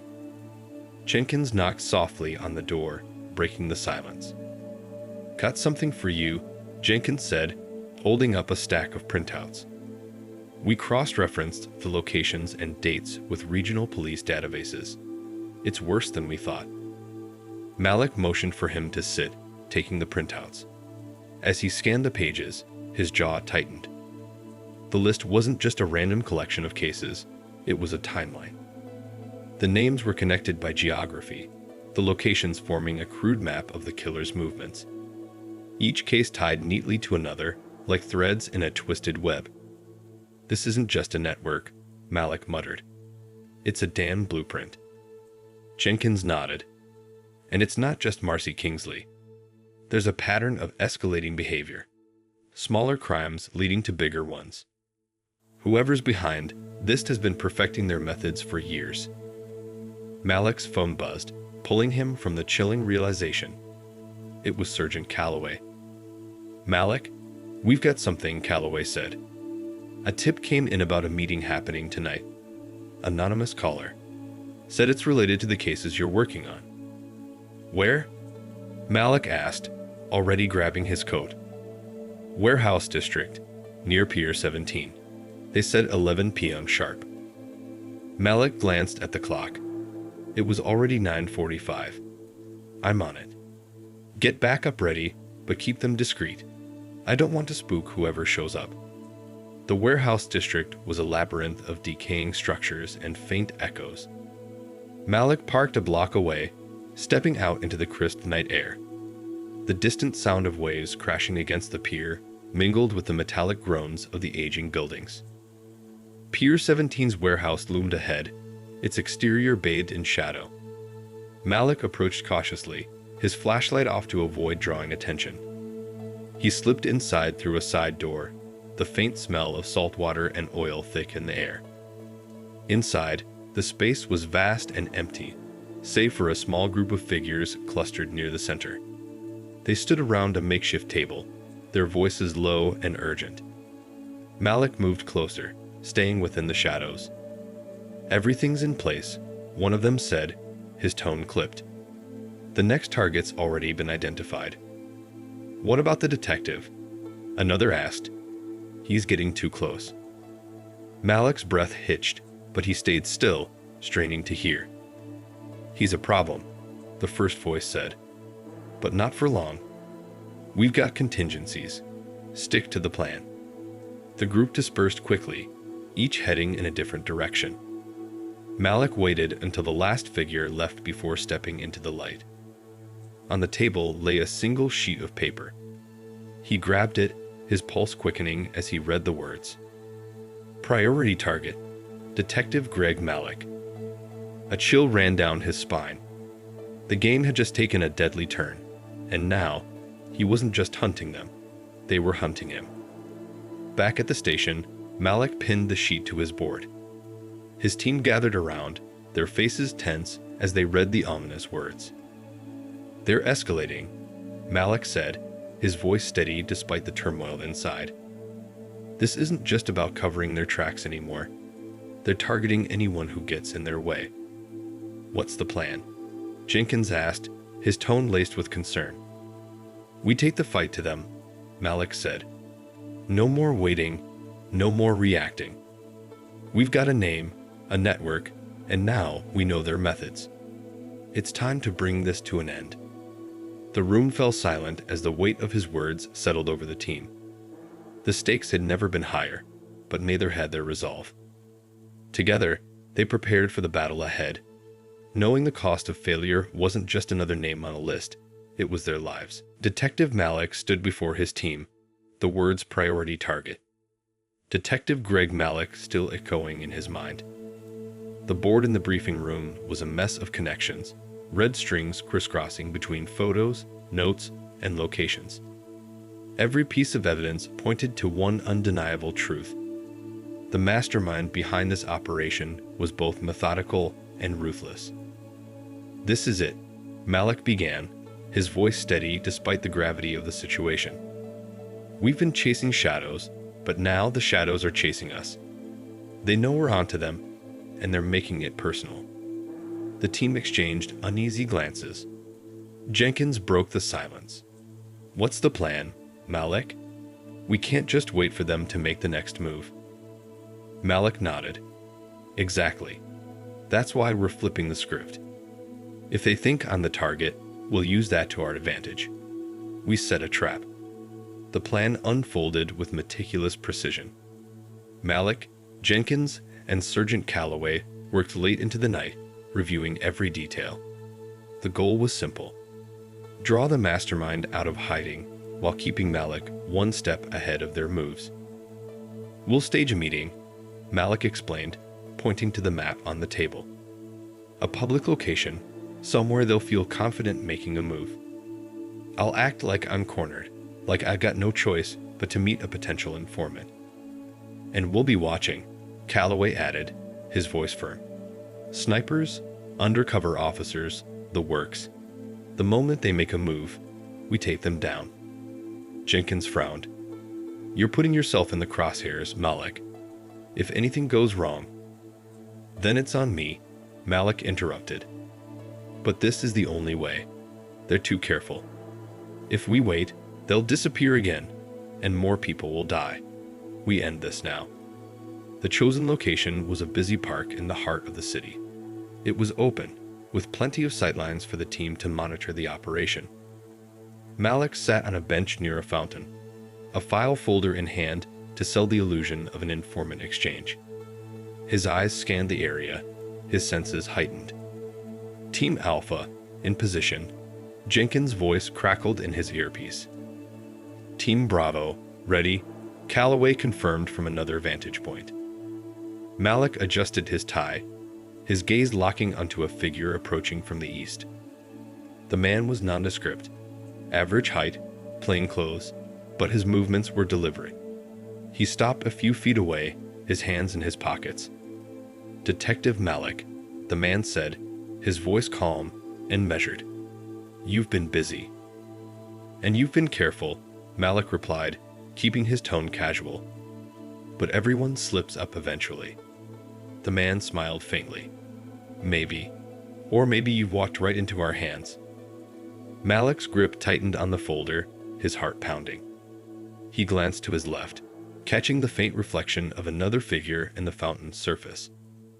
A second man, lurking just out of view. Team Alpha, 2 suspects, Mallick murmured into his mic. 1 in front, 1 at my 9 o'clock. Copy that, Jenkins replied. Stand by. The first man stepped closer, his smile fading. You should have stayed out of this, detective. You don't understand what you're dealing with. Then why don't you enlighten me? Mallick challenged, his voice steady. The man reached into his pocket, and in an instant, chaos erupted. Officers emerged from their positions, weapons drawn, shouting commands.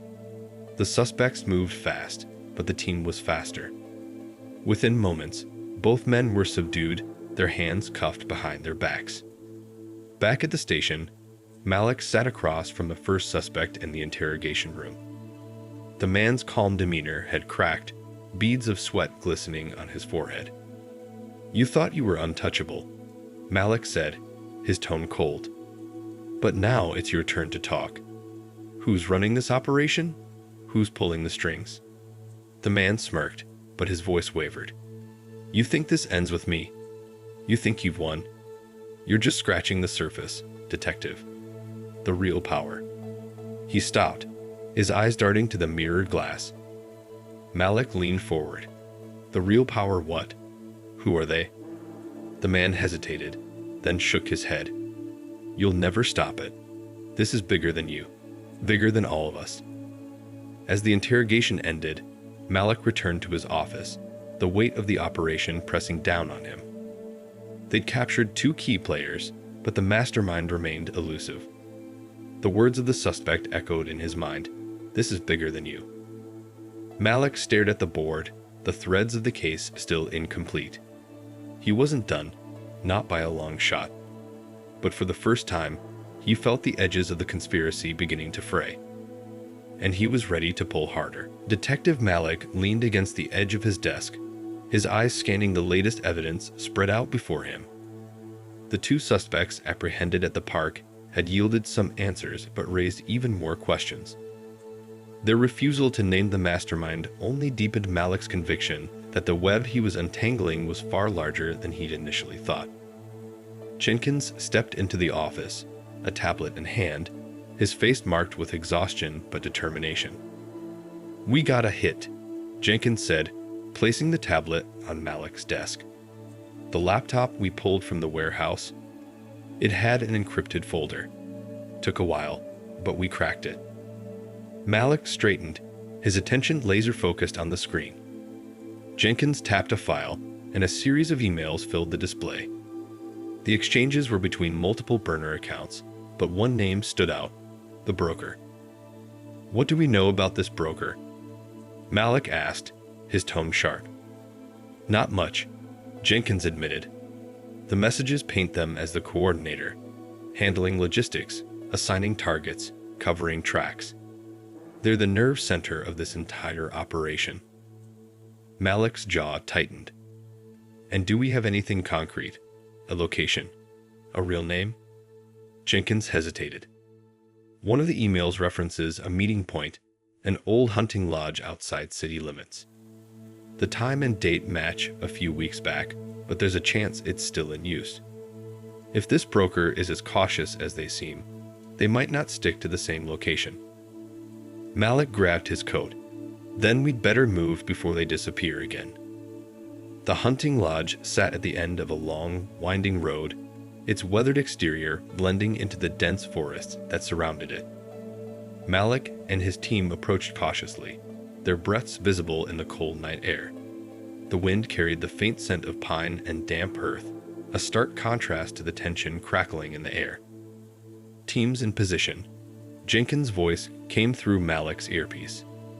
No movement so far. Mallick nodded, signaling for the team to advance. They moved in synchrony, their steps silent against the forest floor.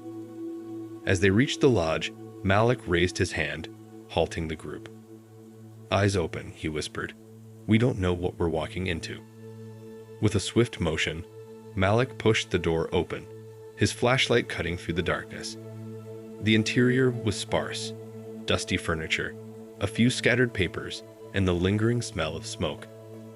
It looked abandoned, but Mallick's instincts told him otherwise. "Clear the rooms," he ordered, his voice low. The team fanned out, their movements precise. Mallick approached a table near the center of the room, his eyes landing on a single item. A cell phone, its screen cracked but active. A notification blinked on the screen, displaying an unread message. All loose ends tied. Final phase initiated. His blood ran cold. Before he could process the message, a faint sound from the back of the lodge caught his attention. A creak of wood, too deliberate to be the wind. Movement.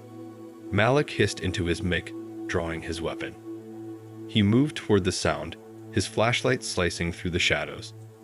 In the far corner of the lodge, a trapdoor lay partially ajar.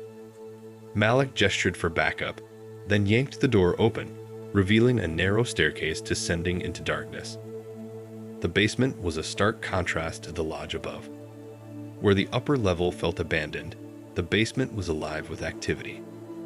Computers hummed along a row of desks, their screens displaying encrypted files and surveillance footage. A large mat on the wall was dotted with pins, each marking a location tied to the operation. And at the center of it all was a figure, calm, composed, and entirely unbothered by Mallick's arrival.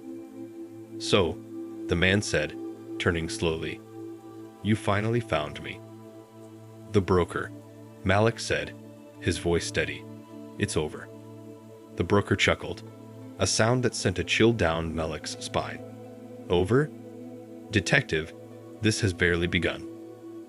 Mallick raised his weapon. "Hands where I can see them. Now." The broker complied, slowly raising his hands, but his smirk didn't waver. "You think arresting me will stop this? You've seen the scope of our work. Cut off one head, and 2 more will take its place." Mallick's grip tightened on his weapon. "We'll see about that." The team swarmed in, cuffing the broker and securing the room. As Mallick took one last look at the map on the wall, he couldn't shake the feeling that the broker's words weren't just bravado. The operation was larger than he'd imagined, and even with the mastermind in custody, the battle was far from over. The interrogation room was silent, save for the faint hum of the overhead light. Detective Mallick sat across from the broker, the man's composed demeanor unshaken despite the cuffs around his wrists. The air was thick with tension, the weight of the moment pressing down like a physical force. Mallick placed a folder on the table, flipping it open to reveal a collection of photographs, emails, and notes tied to the broker's operation. He slid the first photo across the table, a surveillance shot of Marcy Kingsley. "Let's start simple," Mallick said, his voice cold. "Why Marcy?" The broker glanced at the photo, his expression unreadable. "She was necessary," he said after a moment. "Necessary for what?" Mallick pressed. The broker leaned back in his chair, his eyes narrowing.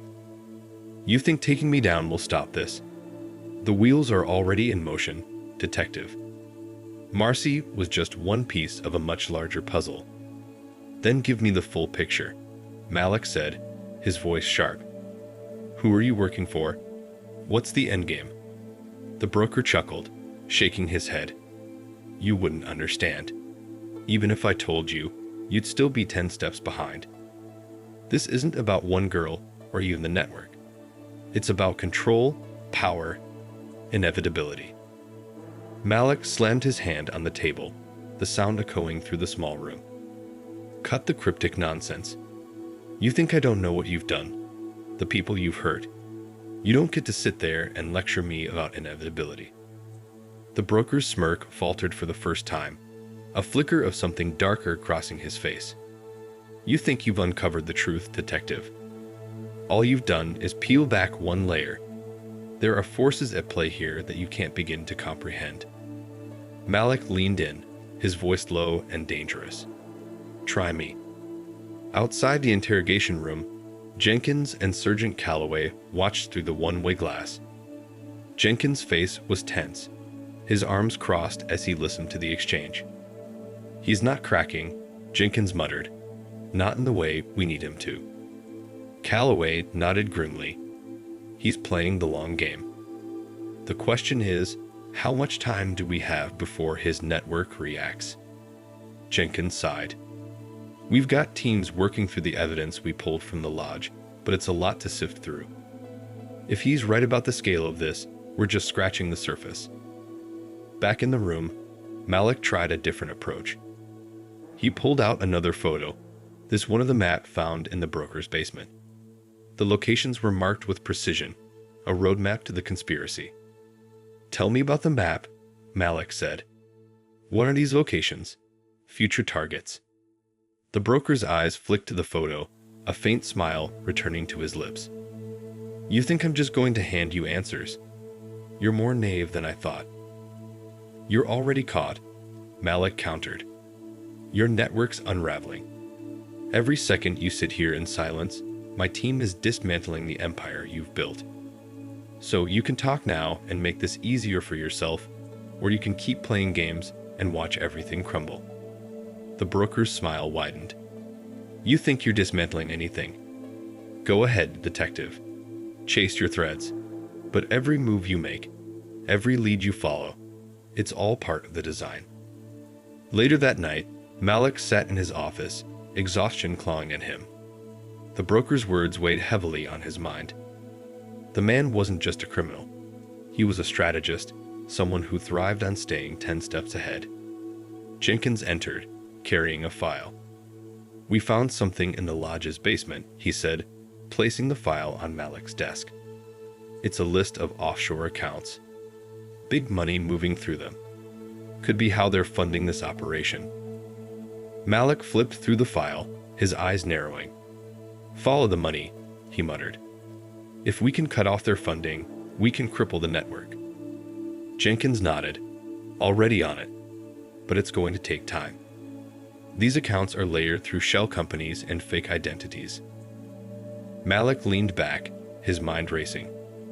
The broker had warned him about the scale of the operation, but the deeper he dug, the more intricate it became. This wasn't just a case. It was a war. And Mallick wasn't about to back down. Detective Mallick stared at the list of offshore accounts, his pen tapping rhythmically against his desk. Each account represented a lifeline to the network, a thread that, if pulled hard enough, might unravel the web the broker had so carefully constructed. But time was not on his side.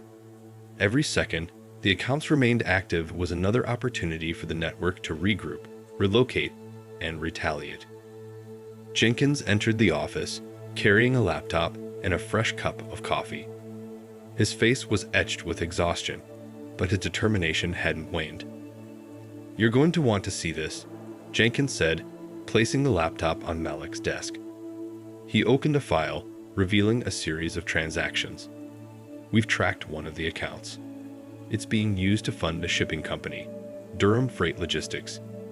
The company's records are spotless, but their routes include some of the same locations marked on the broker's map. Mallick leaned forward, his eyes narrowing. You're saying they're moving something through these routes? People? Weapons? Jenkins shrugged. Could be anything. But the timing of the transactions and the mapped locations, it's too precise to be a coincidence. Mallick closed the laptop and grabbed his coat. Then we're paying Durham Freight a visit. Notify Callaway. I want a team ready in 30. The Durham Freight warehouse was a sprawling complex on the outskirts of town. From the outside, it looked like any other shipping hub, its docks busy with the constant hum of forklifts and the clang of metal crates. But Mallick's instincts told him this was no ordinary operation. We go in quiet, Mallick said, addressing his team. We don't know who's involved or how deep this runs. Jenkins, you're with me. Callaway, secure the perimeter. If anyone tries to run, I want them stopped. The team moved swiftly, splitting into their assigned positions. Mallick and Jenkins entered through a side door, their weapons drawn. The air inside was heavy with the smell of oil and exhaust, the faint echo of machinery reverberating through the cavernous space. They moved through the rows of stacked crates, their footsteps muffled against the concrete floor. Jenkins held up a hand, signaling Mallick to stop. Ahead, two men stood near a loading dock, their voices low but tense. Shipments delayed, one of them said. Boss isn't happy. Not our problem, the other replied. As long as it gets to the next stop, we're clear. Mallick exchanged a glance with Jenkins. They moved closer, staying within the shadows. As the men turned to leave, Mallick stepped forward, his weapon raised. Knox County Sheriff's Department. Hands where I can see them. The men froze, their eyes wide with shock. One of them reached for his pocket, but Jenkins was faster, pinning him against the wall. Don't even think about it, Jenkins growled. Mallick approached the second man, his voice calm but firm. Who's your boss? What's being shipped through here? The man shook his head, his lips pressed tightly together. I don't know anything. I just load the crates.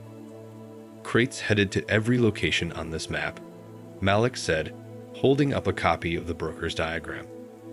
You want me to believe that's a coincidence? The man hesitated, his eyes darting toward his accomplice. Mallick stepped closer, his tone softening, but no less intense. Listen, I'm not interested in you, Mallick said. But if you don't start talking, you're going to take the fall for this entire operation. Help yourself while you still can.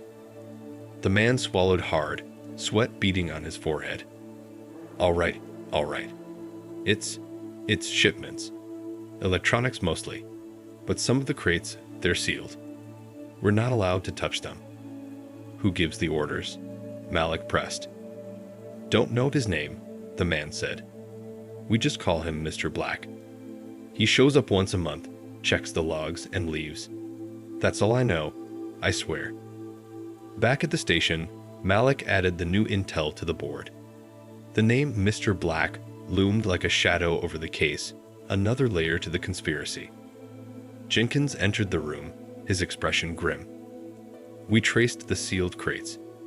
They've been flagged at customs multiple times, but every time, the holds are lifted. Someone's pulling strings. Mallick nodded, his jaw tightening. Then we pull harder. Get warrants for the next shipment. I want to know exactly what's inside those crates. As Jenkins left to make the arrangements, Mallick stared at the board. The pieces were coming together, but the picture they formed was darker than he'd imagined. And Mr. Black was at the center of it all. Detective Mallick paced the station's operations room, the tension palpable as his team coordinated the next steps. The mention of Mr. Black had shifted the investigation into overdrive. Whoever this elusive figure was, they held the key to dismantling the entire network. Jenkins entered the room, his laptop tucked under his arm. Got something, boss, he said, setting up at the center table.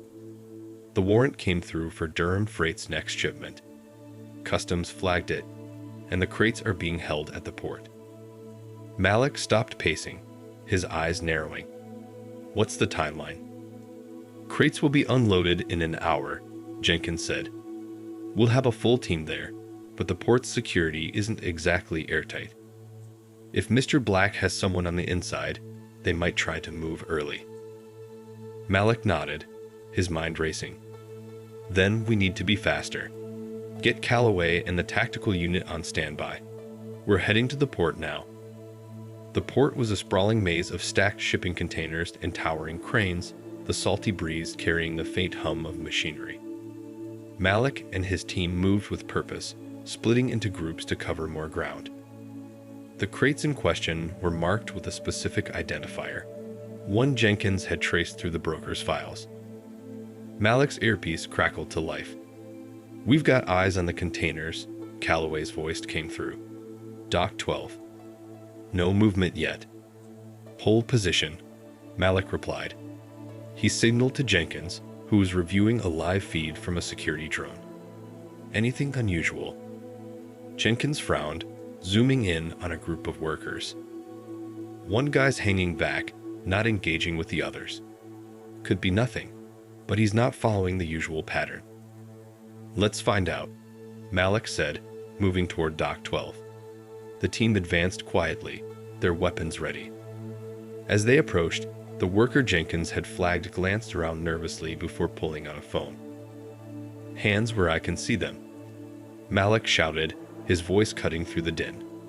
The man froze, his phone slipping from his hand. Mallick and Jenkins closed in, securing him as Calloway's team swept the area. The crates sat untouched, their seals intact. Who are you working for? Mallick demanded, his voice sharp.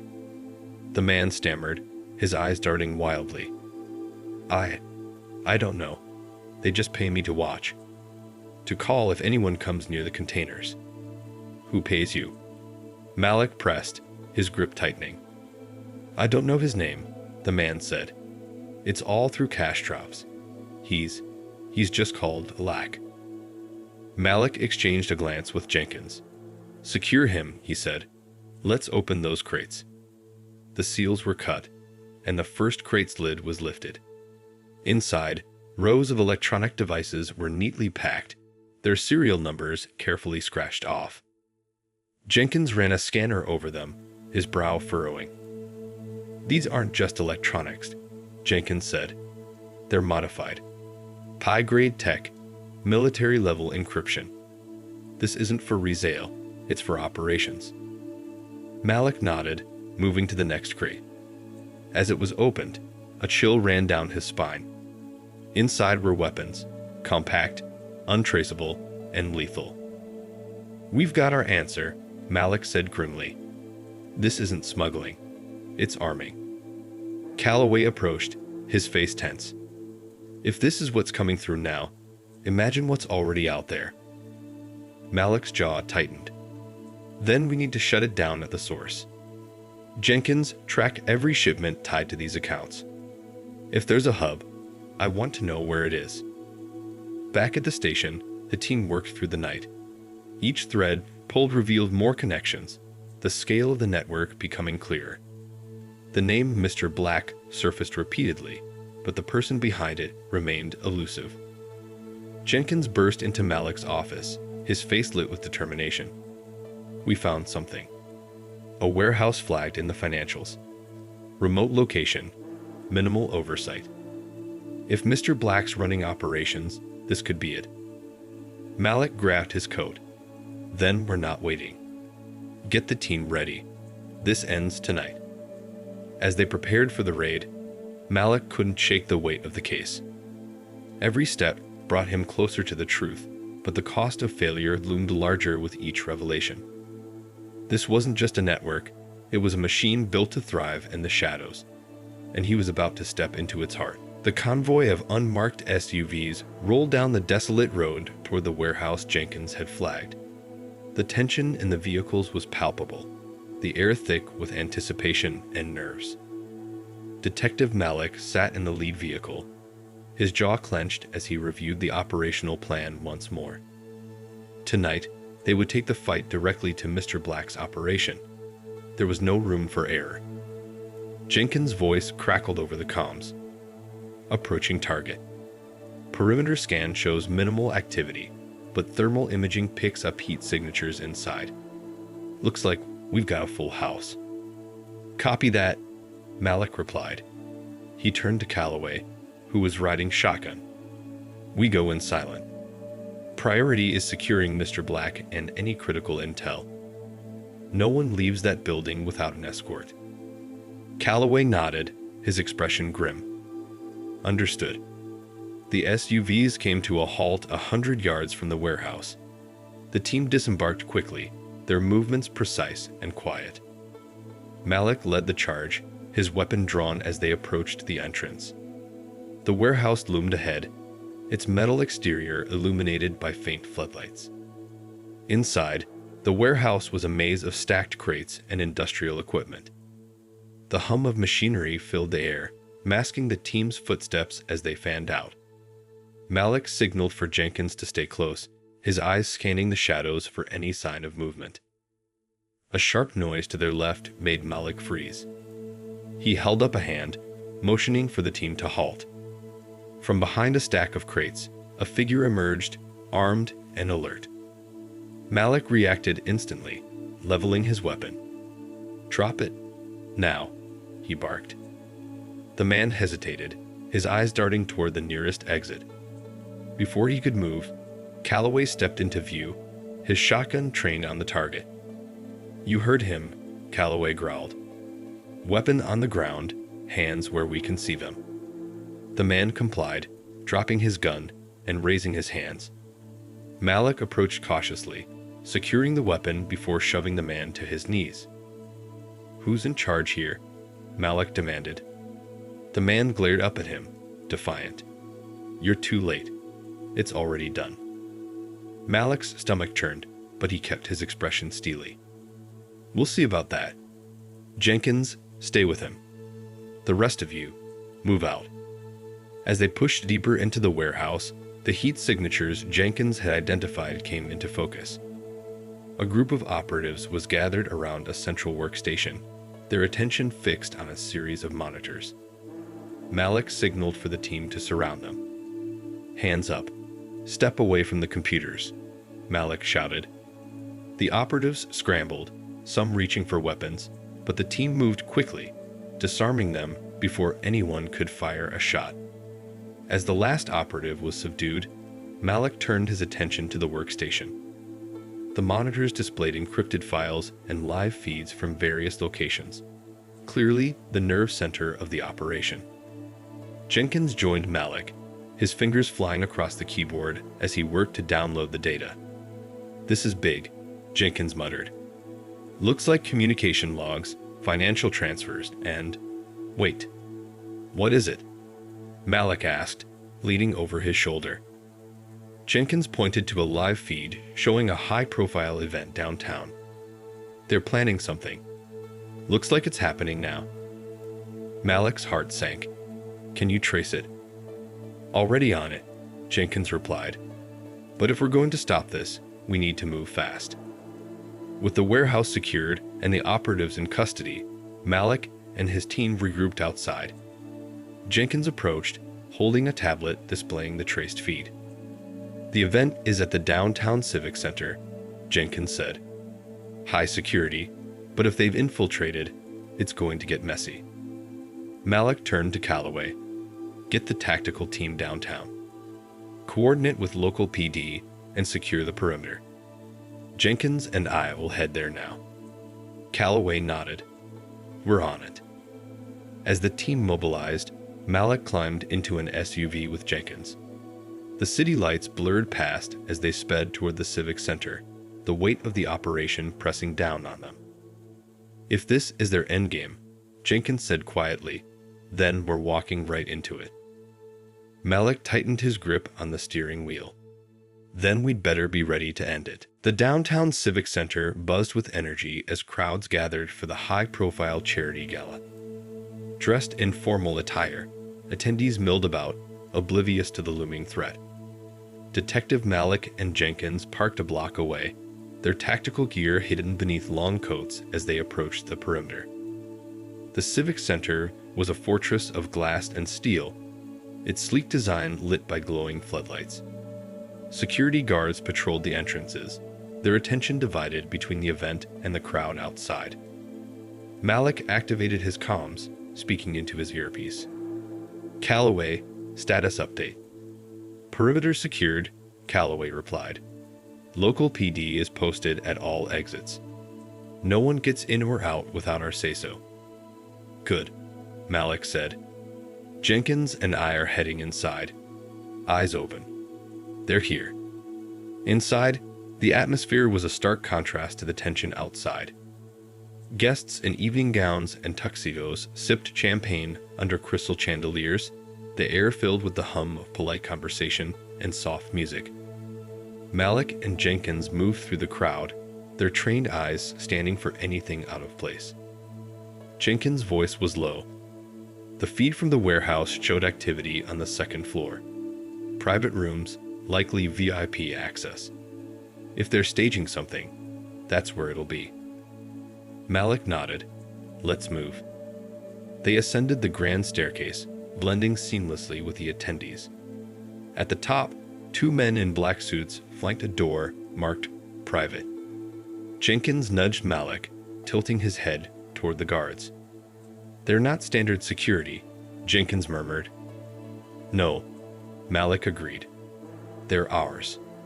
The guards eyed them warily as they approached, but Mallick flashed his badge, keeping his voice low and authoritative. Knox County Sheriff's Department. We're stepping in. The guards hesitated, exchanging a glance before stepping aside. Mallick and Jenkins entered the private area, their hands hovering near their concealed weapons.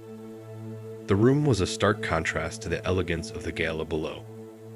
A table dominated the center, covered in blueprints and digital tablets displaying live surveillance feeds.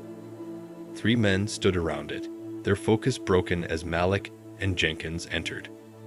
Who the hell are you? One of them demanded, reaching for a weapon. Don't, Mallick said, his gun drawn before the man's hand touched steel. Hands where I can see them. Now. The other two men hesitated, but the first lunged for the table, grabbing a tablet and slamming it to the ground. Jenkins moved fast, tackling him as Mallick covered the others. You just made things worse for yourself, Jenkins growled, pinning the man to the ground. Mallick approached the table, his eyes scanning the scattered materials. One of the blueprints caught his attention.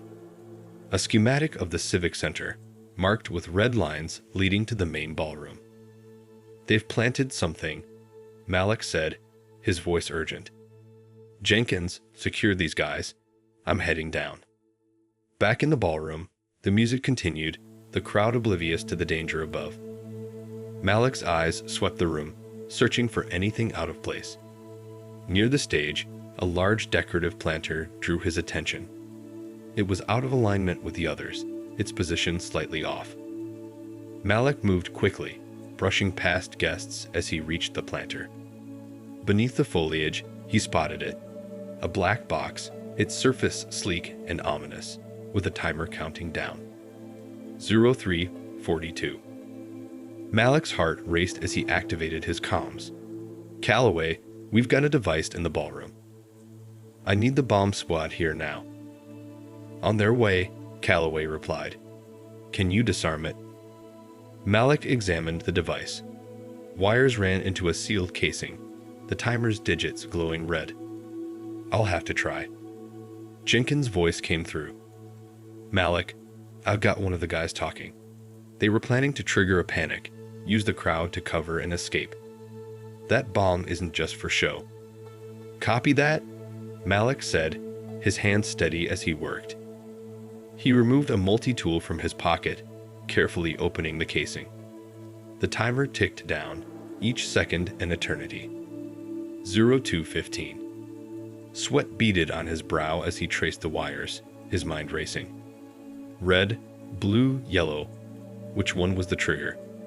He reached for the blue wire, hesitating for a split second before cutting it.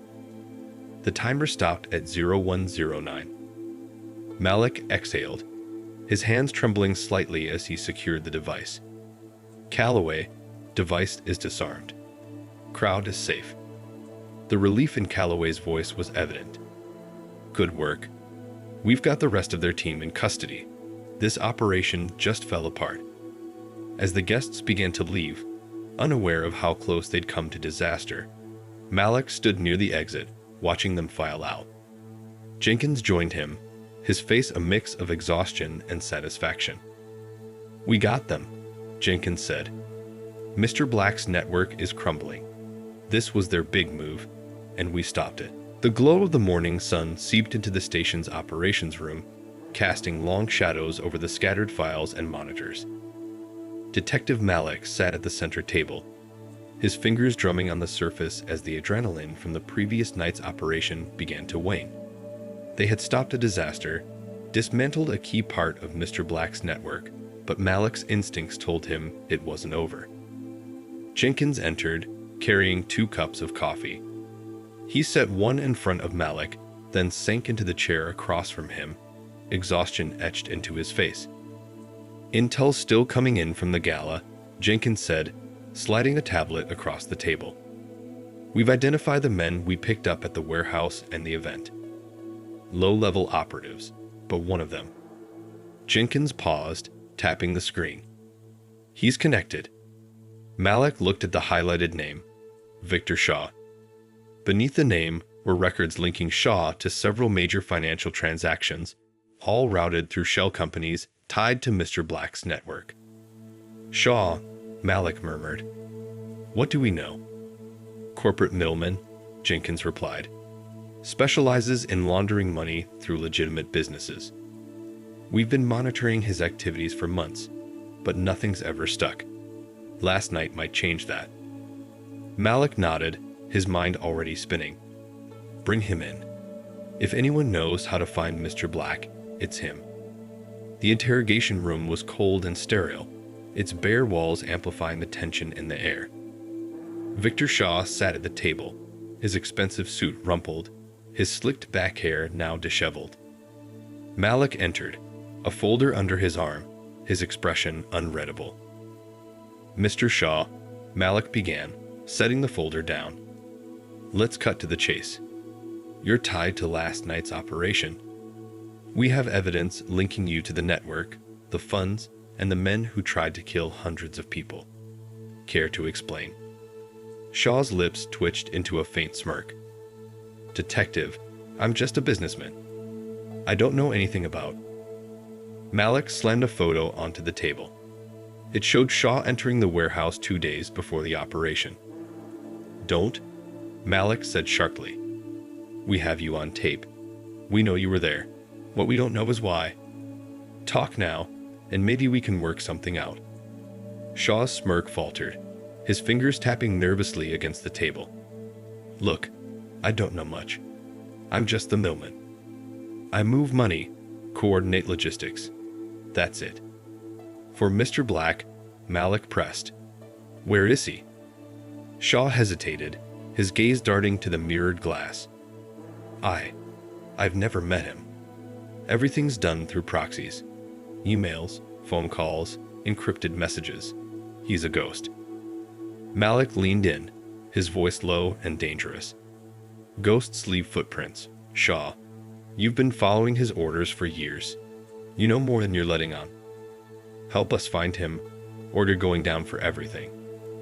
Sweat beaded on Shaw's forehead. There's a meeting place," he said finally. "A safe house just outside the city. He's used it before. It might be worth checking out." Mallick straightened, his eyes narrowing. "Address. Now." Shaw scribbled it onto a notepad, his hand trembling. Mallick grabbed the paper and left the room without another word. The safe house was nestled in a wooded area, its secluded location ideal for clandestine meetings. Mallick and his team approached cautiously, their movements silent as they surrounded the property. Thermal imaging shows 2 heat signatures inside, Jenkins reported over comms. "Could be Black or more operatives. "Move in," Mallick ordered. The team breached the door, their weapons raised as they swept the interior. The house was sparsely furnished, its main room dominated by a large table covered in maps and documents. Two men sat at the table, their expressions shifting from surprise to panic as the team stormed in. "Don't move," Mallick barked. One of the men bolted toward the back door, but Calloway intercepted him, tackling him to the ground. The other man raised his hands, his face pale. Mallick approached the table, his eyes scanning the materials. Among the papers was a folder marked with a single name, Project Ouroboros. "What the hell is this?" Mallick muttered, opening the folder. Inside were detailed plans, surveillance photos, and a timeline. The scope of the operation made his blood run cold. Jenkins entered the room, his expression grim as he looked over Mallick's shoulder. "This isn't just about one attack. This is global." Mallick nodded, his jaw tightening. "We've been playing checkers while they've been playing chess. Let's see if we can flip the board." Back at the station, Mallick updated the board, connecting the latest intel to the larger picture.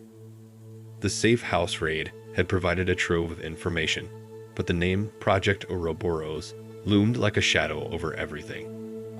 Jenkins approached, his voice quiet. "This isn't the end, is it?" Mallick shook his head. "No, it's just the beginning." Detective Mallick leaned over the table in the operations room, the folder labeled Project Ouroboros spread out before him. The name evoked unease, a symbol of something that never ended, constantly feeding itself. The plans inside the folder were meticulous. Detailed timelines, maps of major cities, and lists of key targets. This wasn't just a criminal enterprise. It was an organized attempt to create chaos on a global scale. Jenkins stood beside him, scrolling through the digital files recovered from the safe house. "There's a lot here," Jenkins said. "They've been planning this for years, multiple phases, each more destructive than the last." Mallick's jaw tightened. "Have we found anything concrete on Mr. Black? A real name, a location?" Jenkins shook his head. "Not yet. But the documents keep referencing a command center. They call it the Nexus. Could be where everything's coordinated from." Mallick's eyes narrowed. "Then that's where we need to go." The briefing room buzzed with activity as the team assembled. Mallick stood at the front, the map of the recovered plans projected on the wall behind him. The room fell silent as he began to speak. "This isn't just a case anymore," Mallick said, his voice firm. "Project Ouroboros is bigger than anything we faced before. If we don't stop this now, it'll spread far beyond our reach." Jenkins has identified a location tied to something called the Nexus. "We believe it's their command center." Calloway stepped forward. "What's the plan?" "We'll hit the Nexus with everything we've got," Mallick replied. "It's a remote site, heavily fortified. This will be a coordinated assault. Tactical units will breach the perimeter, while Jenkins and his tech team disable their communications and data systems." The team nodded, their resolve evident despite the gravity of the mission. The approach to the Nexus was tense. The convoy of black SUVs moved through the forested terrain, their headlights cutting through the darkness. Jenkins monitored the live drone feeds, his voice calm but urgent over the comms. "Thermal imaging confirms multiple hostiles," Jenkins reported. "Heavy security at the entrances. Automated defenses in place. We'll need to take those out first." Mallick adjusted his earpiece. "Calloway, your team will handle the defenses. Jenkins, stay on the comms and guide us through the breaches. Everyone else, prepare for close quarters." The vehicles stopped just short of the perimeter, and the team disembarked, moving quickly into position. The sound of the forest was replaced by the hum of high-tech surveillance systems. Calloway signaled his team. "Ready. Disabling defenses now." The first explosion was precise, taking out a turret near the main entrance. The second followed seconds later, plunging the exterior cameras into darkness. Mallick's team moved in, their weapons raised as they breached the compound. Inside the Nexus, the air was thick with tension. The corridors were dimly lit, the hum of servers and machinery echoing ominously. Mallick led the way, his eyes scanning for any sign of resistance. Ahead, a group of operatives appeared, their weapons drawn. Contact. Mallick shouted, diving for cover as the first shots rang out. The firefight was quick but intense. Mallick's team moved with precision, taking out the operatives while minimizing casualties. As the last hostile fell, Jenkins' voice came through the comms. "Server room ahead," Jenkins said. "That's where their main systems are. We need to secure it." Mallick signaled for the team to move forward. The server room was a sprawling space, its walls lined with blinking lights and cooling units. Jenkins' tech team got to work immediately, plugging into the systems and beginning the data extraction. "We've got something," Jenkins said after a few tense minutes. "Encrypted files, lots of them. It'll take time to crack, but if there's anything on Mr. Black, it'll be here." Mallick nodded. "Do it fast. We're not leaving until we have answers." As the data download continued, Mallick's eyes fell on a monitor displaying live security feeds from other locations. One showed a high-rise in a bustling city, another a secluded lab in the desert. Each location was marked with a code from the Project Ouroboros files. "This isn't just a command center," Mallick said, his voice grim. "It's a hub. They've been coordinating global operations from here." Jenkins looked up, his expression equally grim. "If we can crack these files, we might be able to shut them down everywhere." Mallick's jaw tightened. "Then let's make it count." As the last of the data transferred, an alarm blared through the compound. Jenkins' eyes widened. They triggered a failsafe. "We've got hostiles inbound." Mallick grabbed his weapon. "Team, hold the line. We're not leaving until this is finished." The fight for the Nexus had only just begun. The blaring alarm reverberated through the Nexus, signaling an impending fight. Red warning lights bathed the server room in a crimson hue, casting long, ominous shadows across the walls. Detective Mallick and his team tightened their grips on their weapons, their breaths steady but minds racing. Jenkins worked furiously at the console, his fingers flying over the keyboard. "We've got most of the data," he said, his voice strained. "But there's still more to pull. Another 2 minutes." "We don't have 2 minutes," Mallick snapped, his gaze darting toward the door. The faint sound of approaching footsteps was growing louder, the echo of boots against the metal floor. "Calloway, report," Mallick said into his comms. "Hostiles are breaching from the west wing," Calloway's voice replied, tense but composed. "Heavy resistance. We're holding them off, but they're pushing hard." Mallick nodded, his mind already forming a plan. "Jenkins, prioritize the critical files and pull the plug. Everyone else, hold this room. We're not letting them take it back." The first wave of attackers burst through the entrance, their movements precise and coordinated. Mallick's team opened fire, the deafening crack of gunshots echoing through the server room. Sparks flew as bullets ricocheted off metal walls, and the air filled with the acrid scent of smoke and gunpowder. Mallick moved with practiced precision, taking cover behind a server rack as he fired at the advancing operatives. One went down, then another, but more followed, their sheer numbers threatening to overwhelm. "Hold the line," Mallick shouted, his voice cutting through the chaos. Jenkins crouched low, his focus unwavering as he continued extracting the data. "Almost there," he muttered, sweat dripping down his temple. The battle intensified, the attackers relentless in their assault. Calloway's team joined the fray, their arrival bolstering the defenders. Mallick spotted a figure in the distance, taller, clad in tactical gear, directing the attackers with sharp, deliberate gestures. "That's him," Mallick muttered.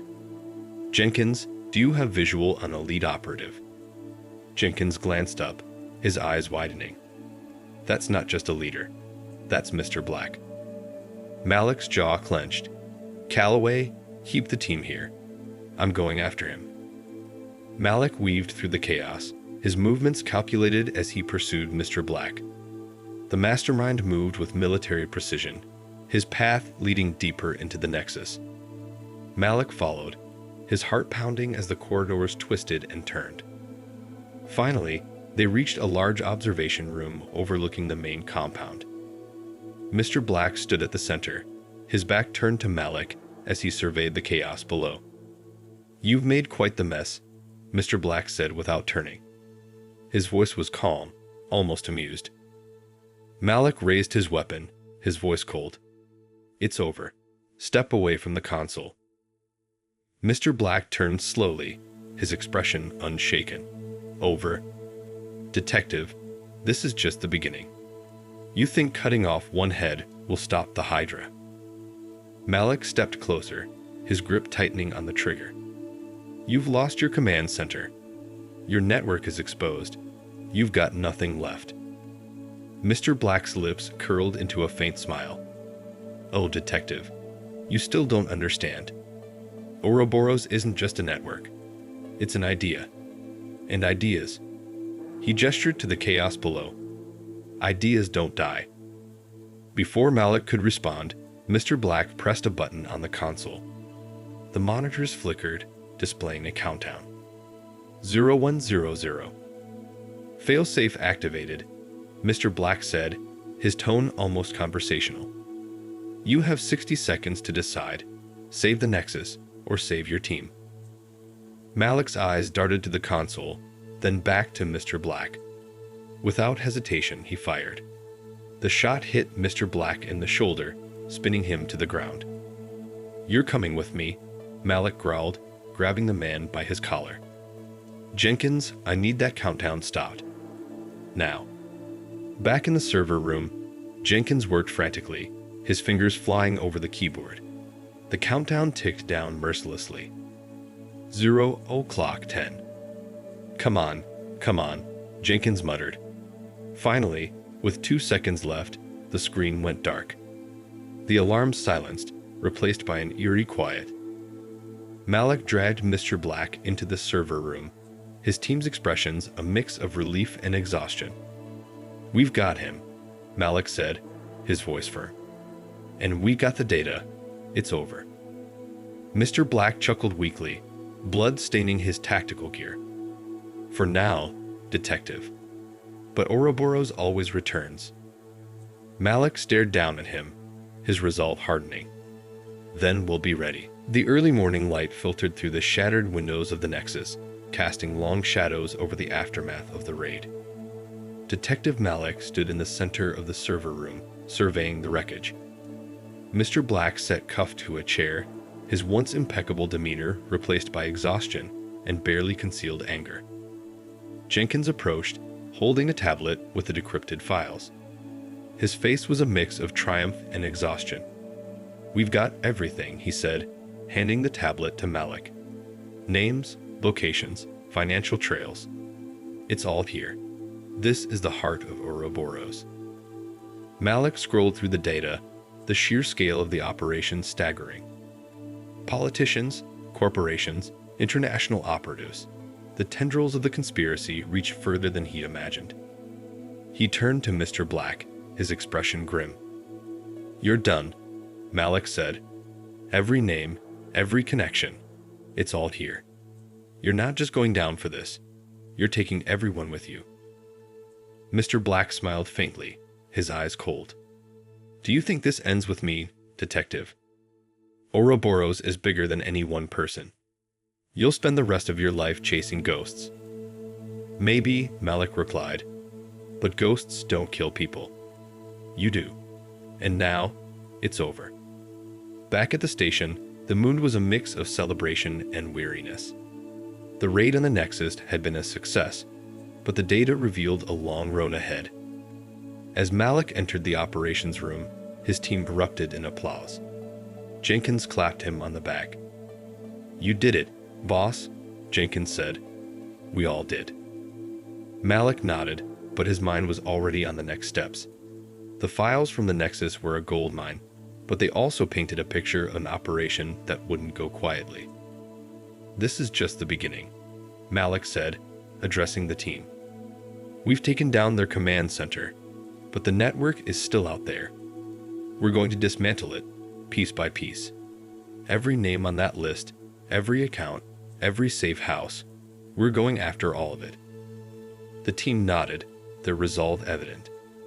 The weight of the task ahead was immense, but the victory at the Nexus had reignited their determination. That evening, Mallick sat alone in his office, the decrypted files spread out before him. The faces of the victims, the names of the conspirators, the coded messages, they all blurred together as he stared at the evidence. His phone buzzed, pulling him from his thoughts. It was Jenkins. "Mallick," Jenkins said, his tone serious. "We just got a hit on one of the names from the Nexus files. It's a high-ranking official. They're trying to leave the country." Mallick's jaw tightened. "Send me the details. We're not letting anyone slip through the cracks." As the call ended, Mallick leaned back in his chair, his eyes drifting to the board on the wall. The threads of the conspiracy were still tangled, but for the first time, he could see the path to unraveling it. The battle wasn't over, but the tide had turned. "We'll finish this," Mallick muttered to himself, "no matter how long it takes." Outside, the city moved on, unaware of the shadows that had been lifted and the ones still looming. But for Mallick and his team, the fight against Ouroboros had only just begun.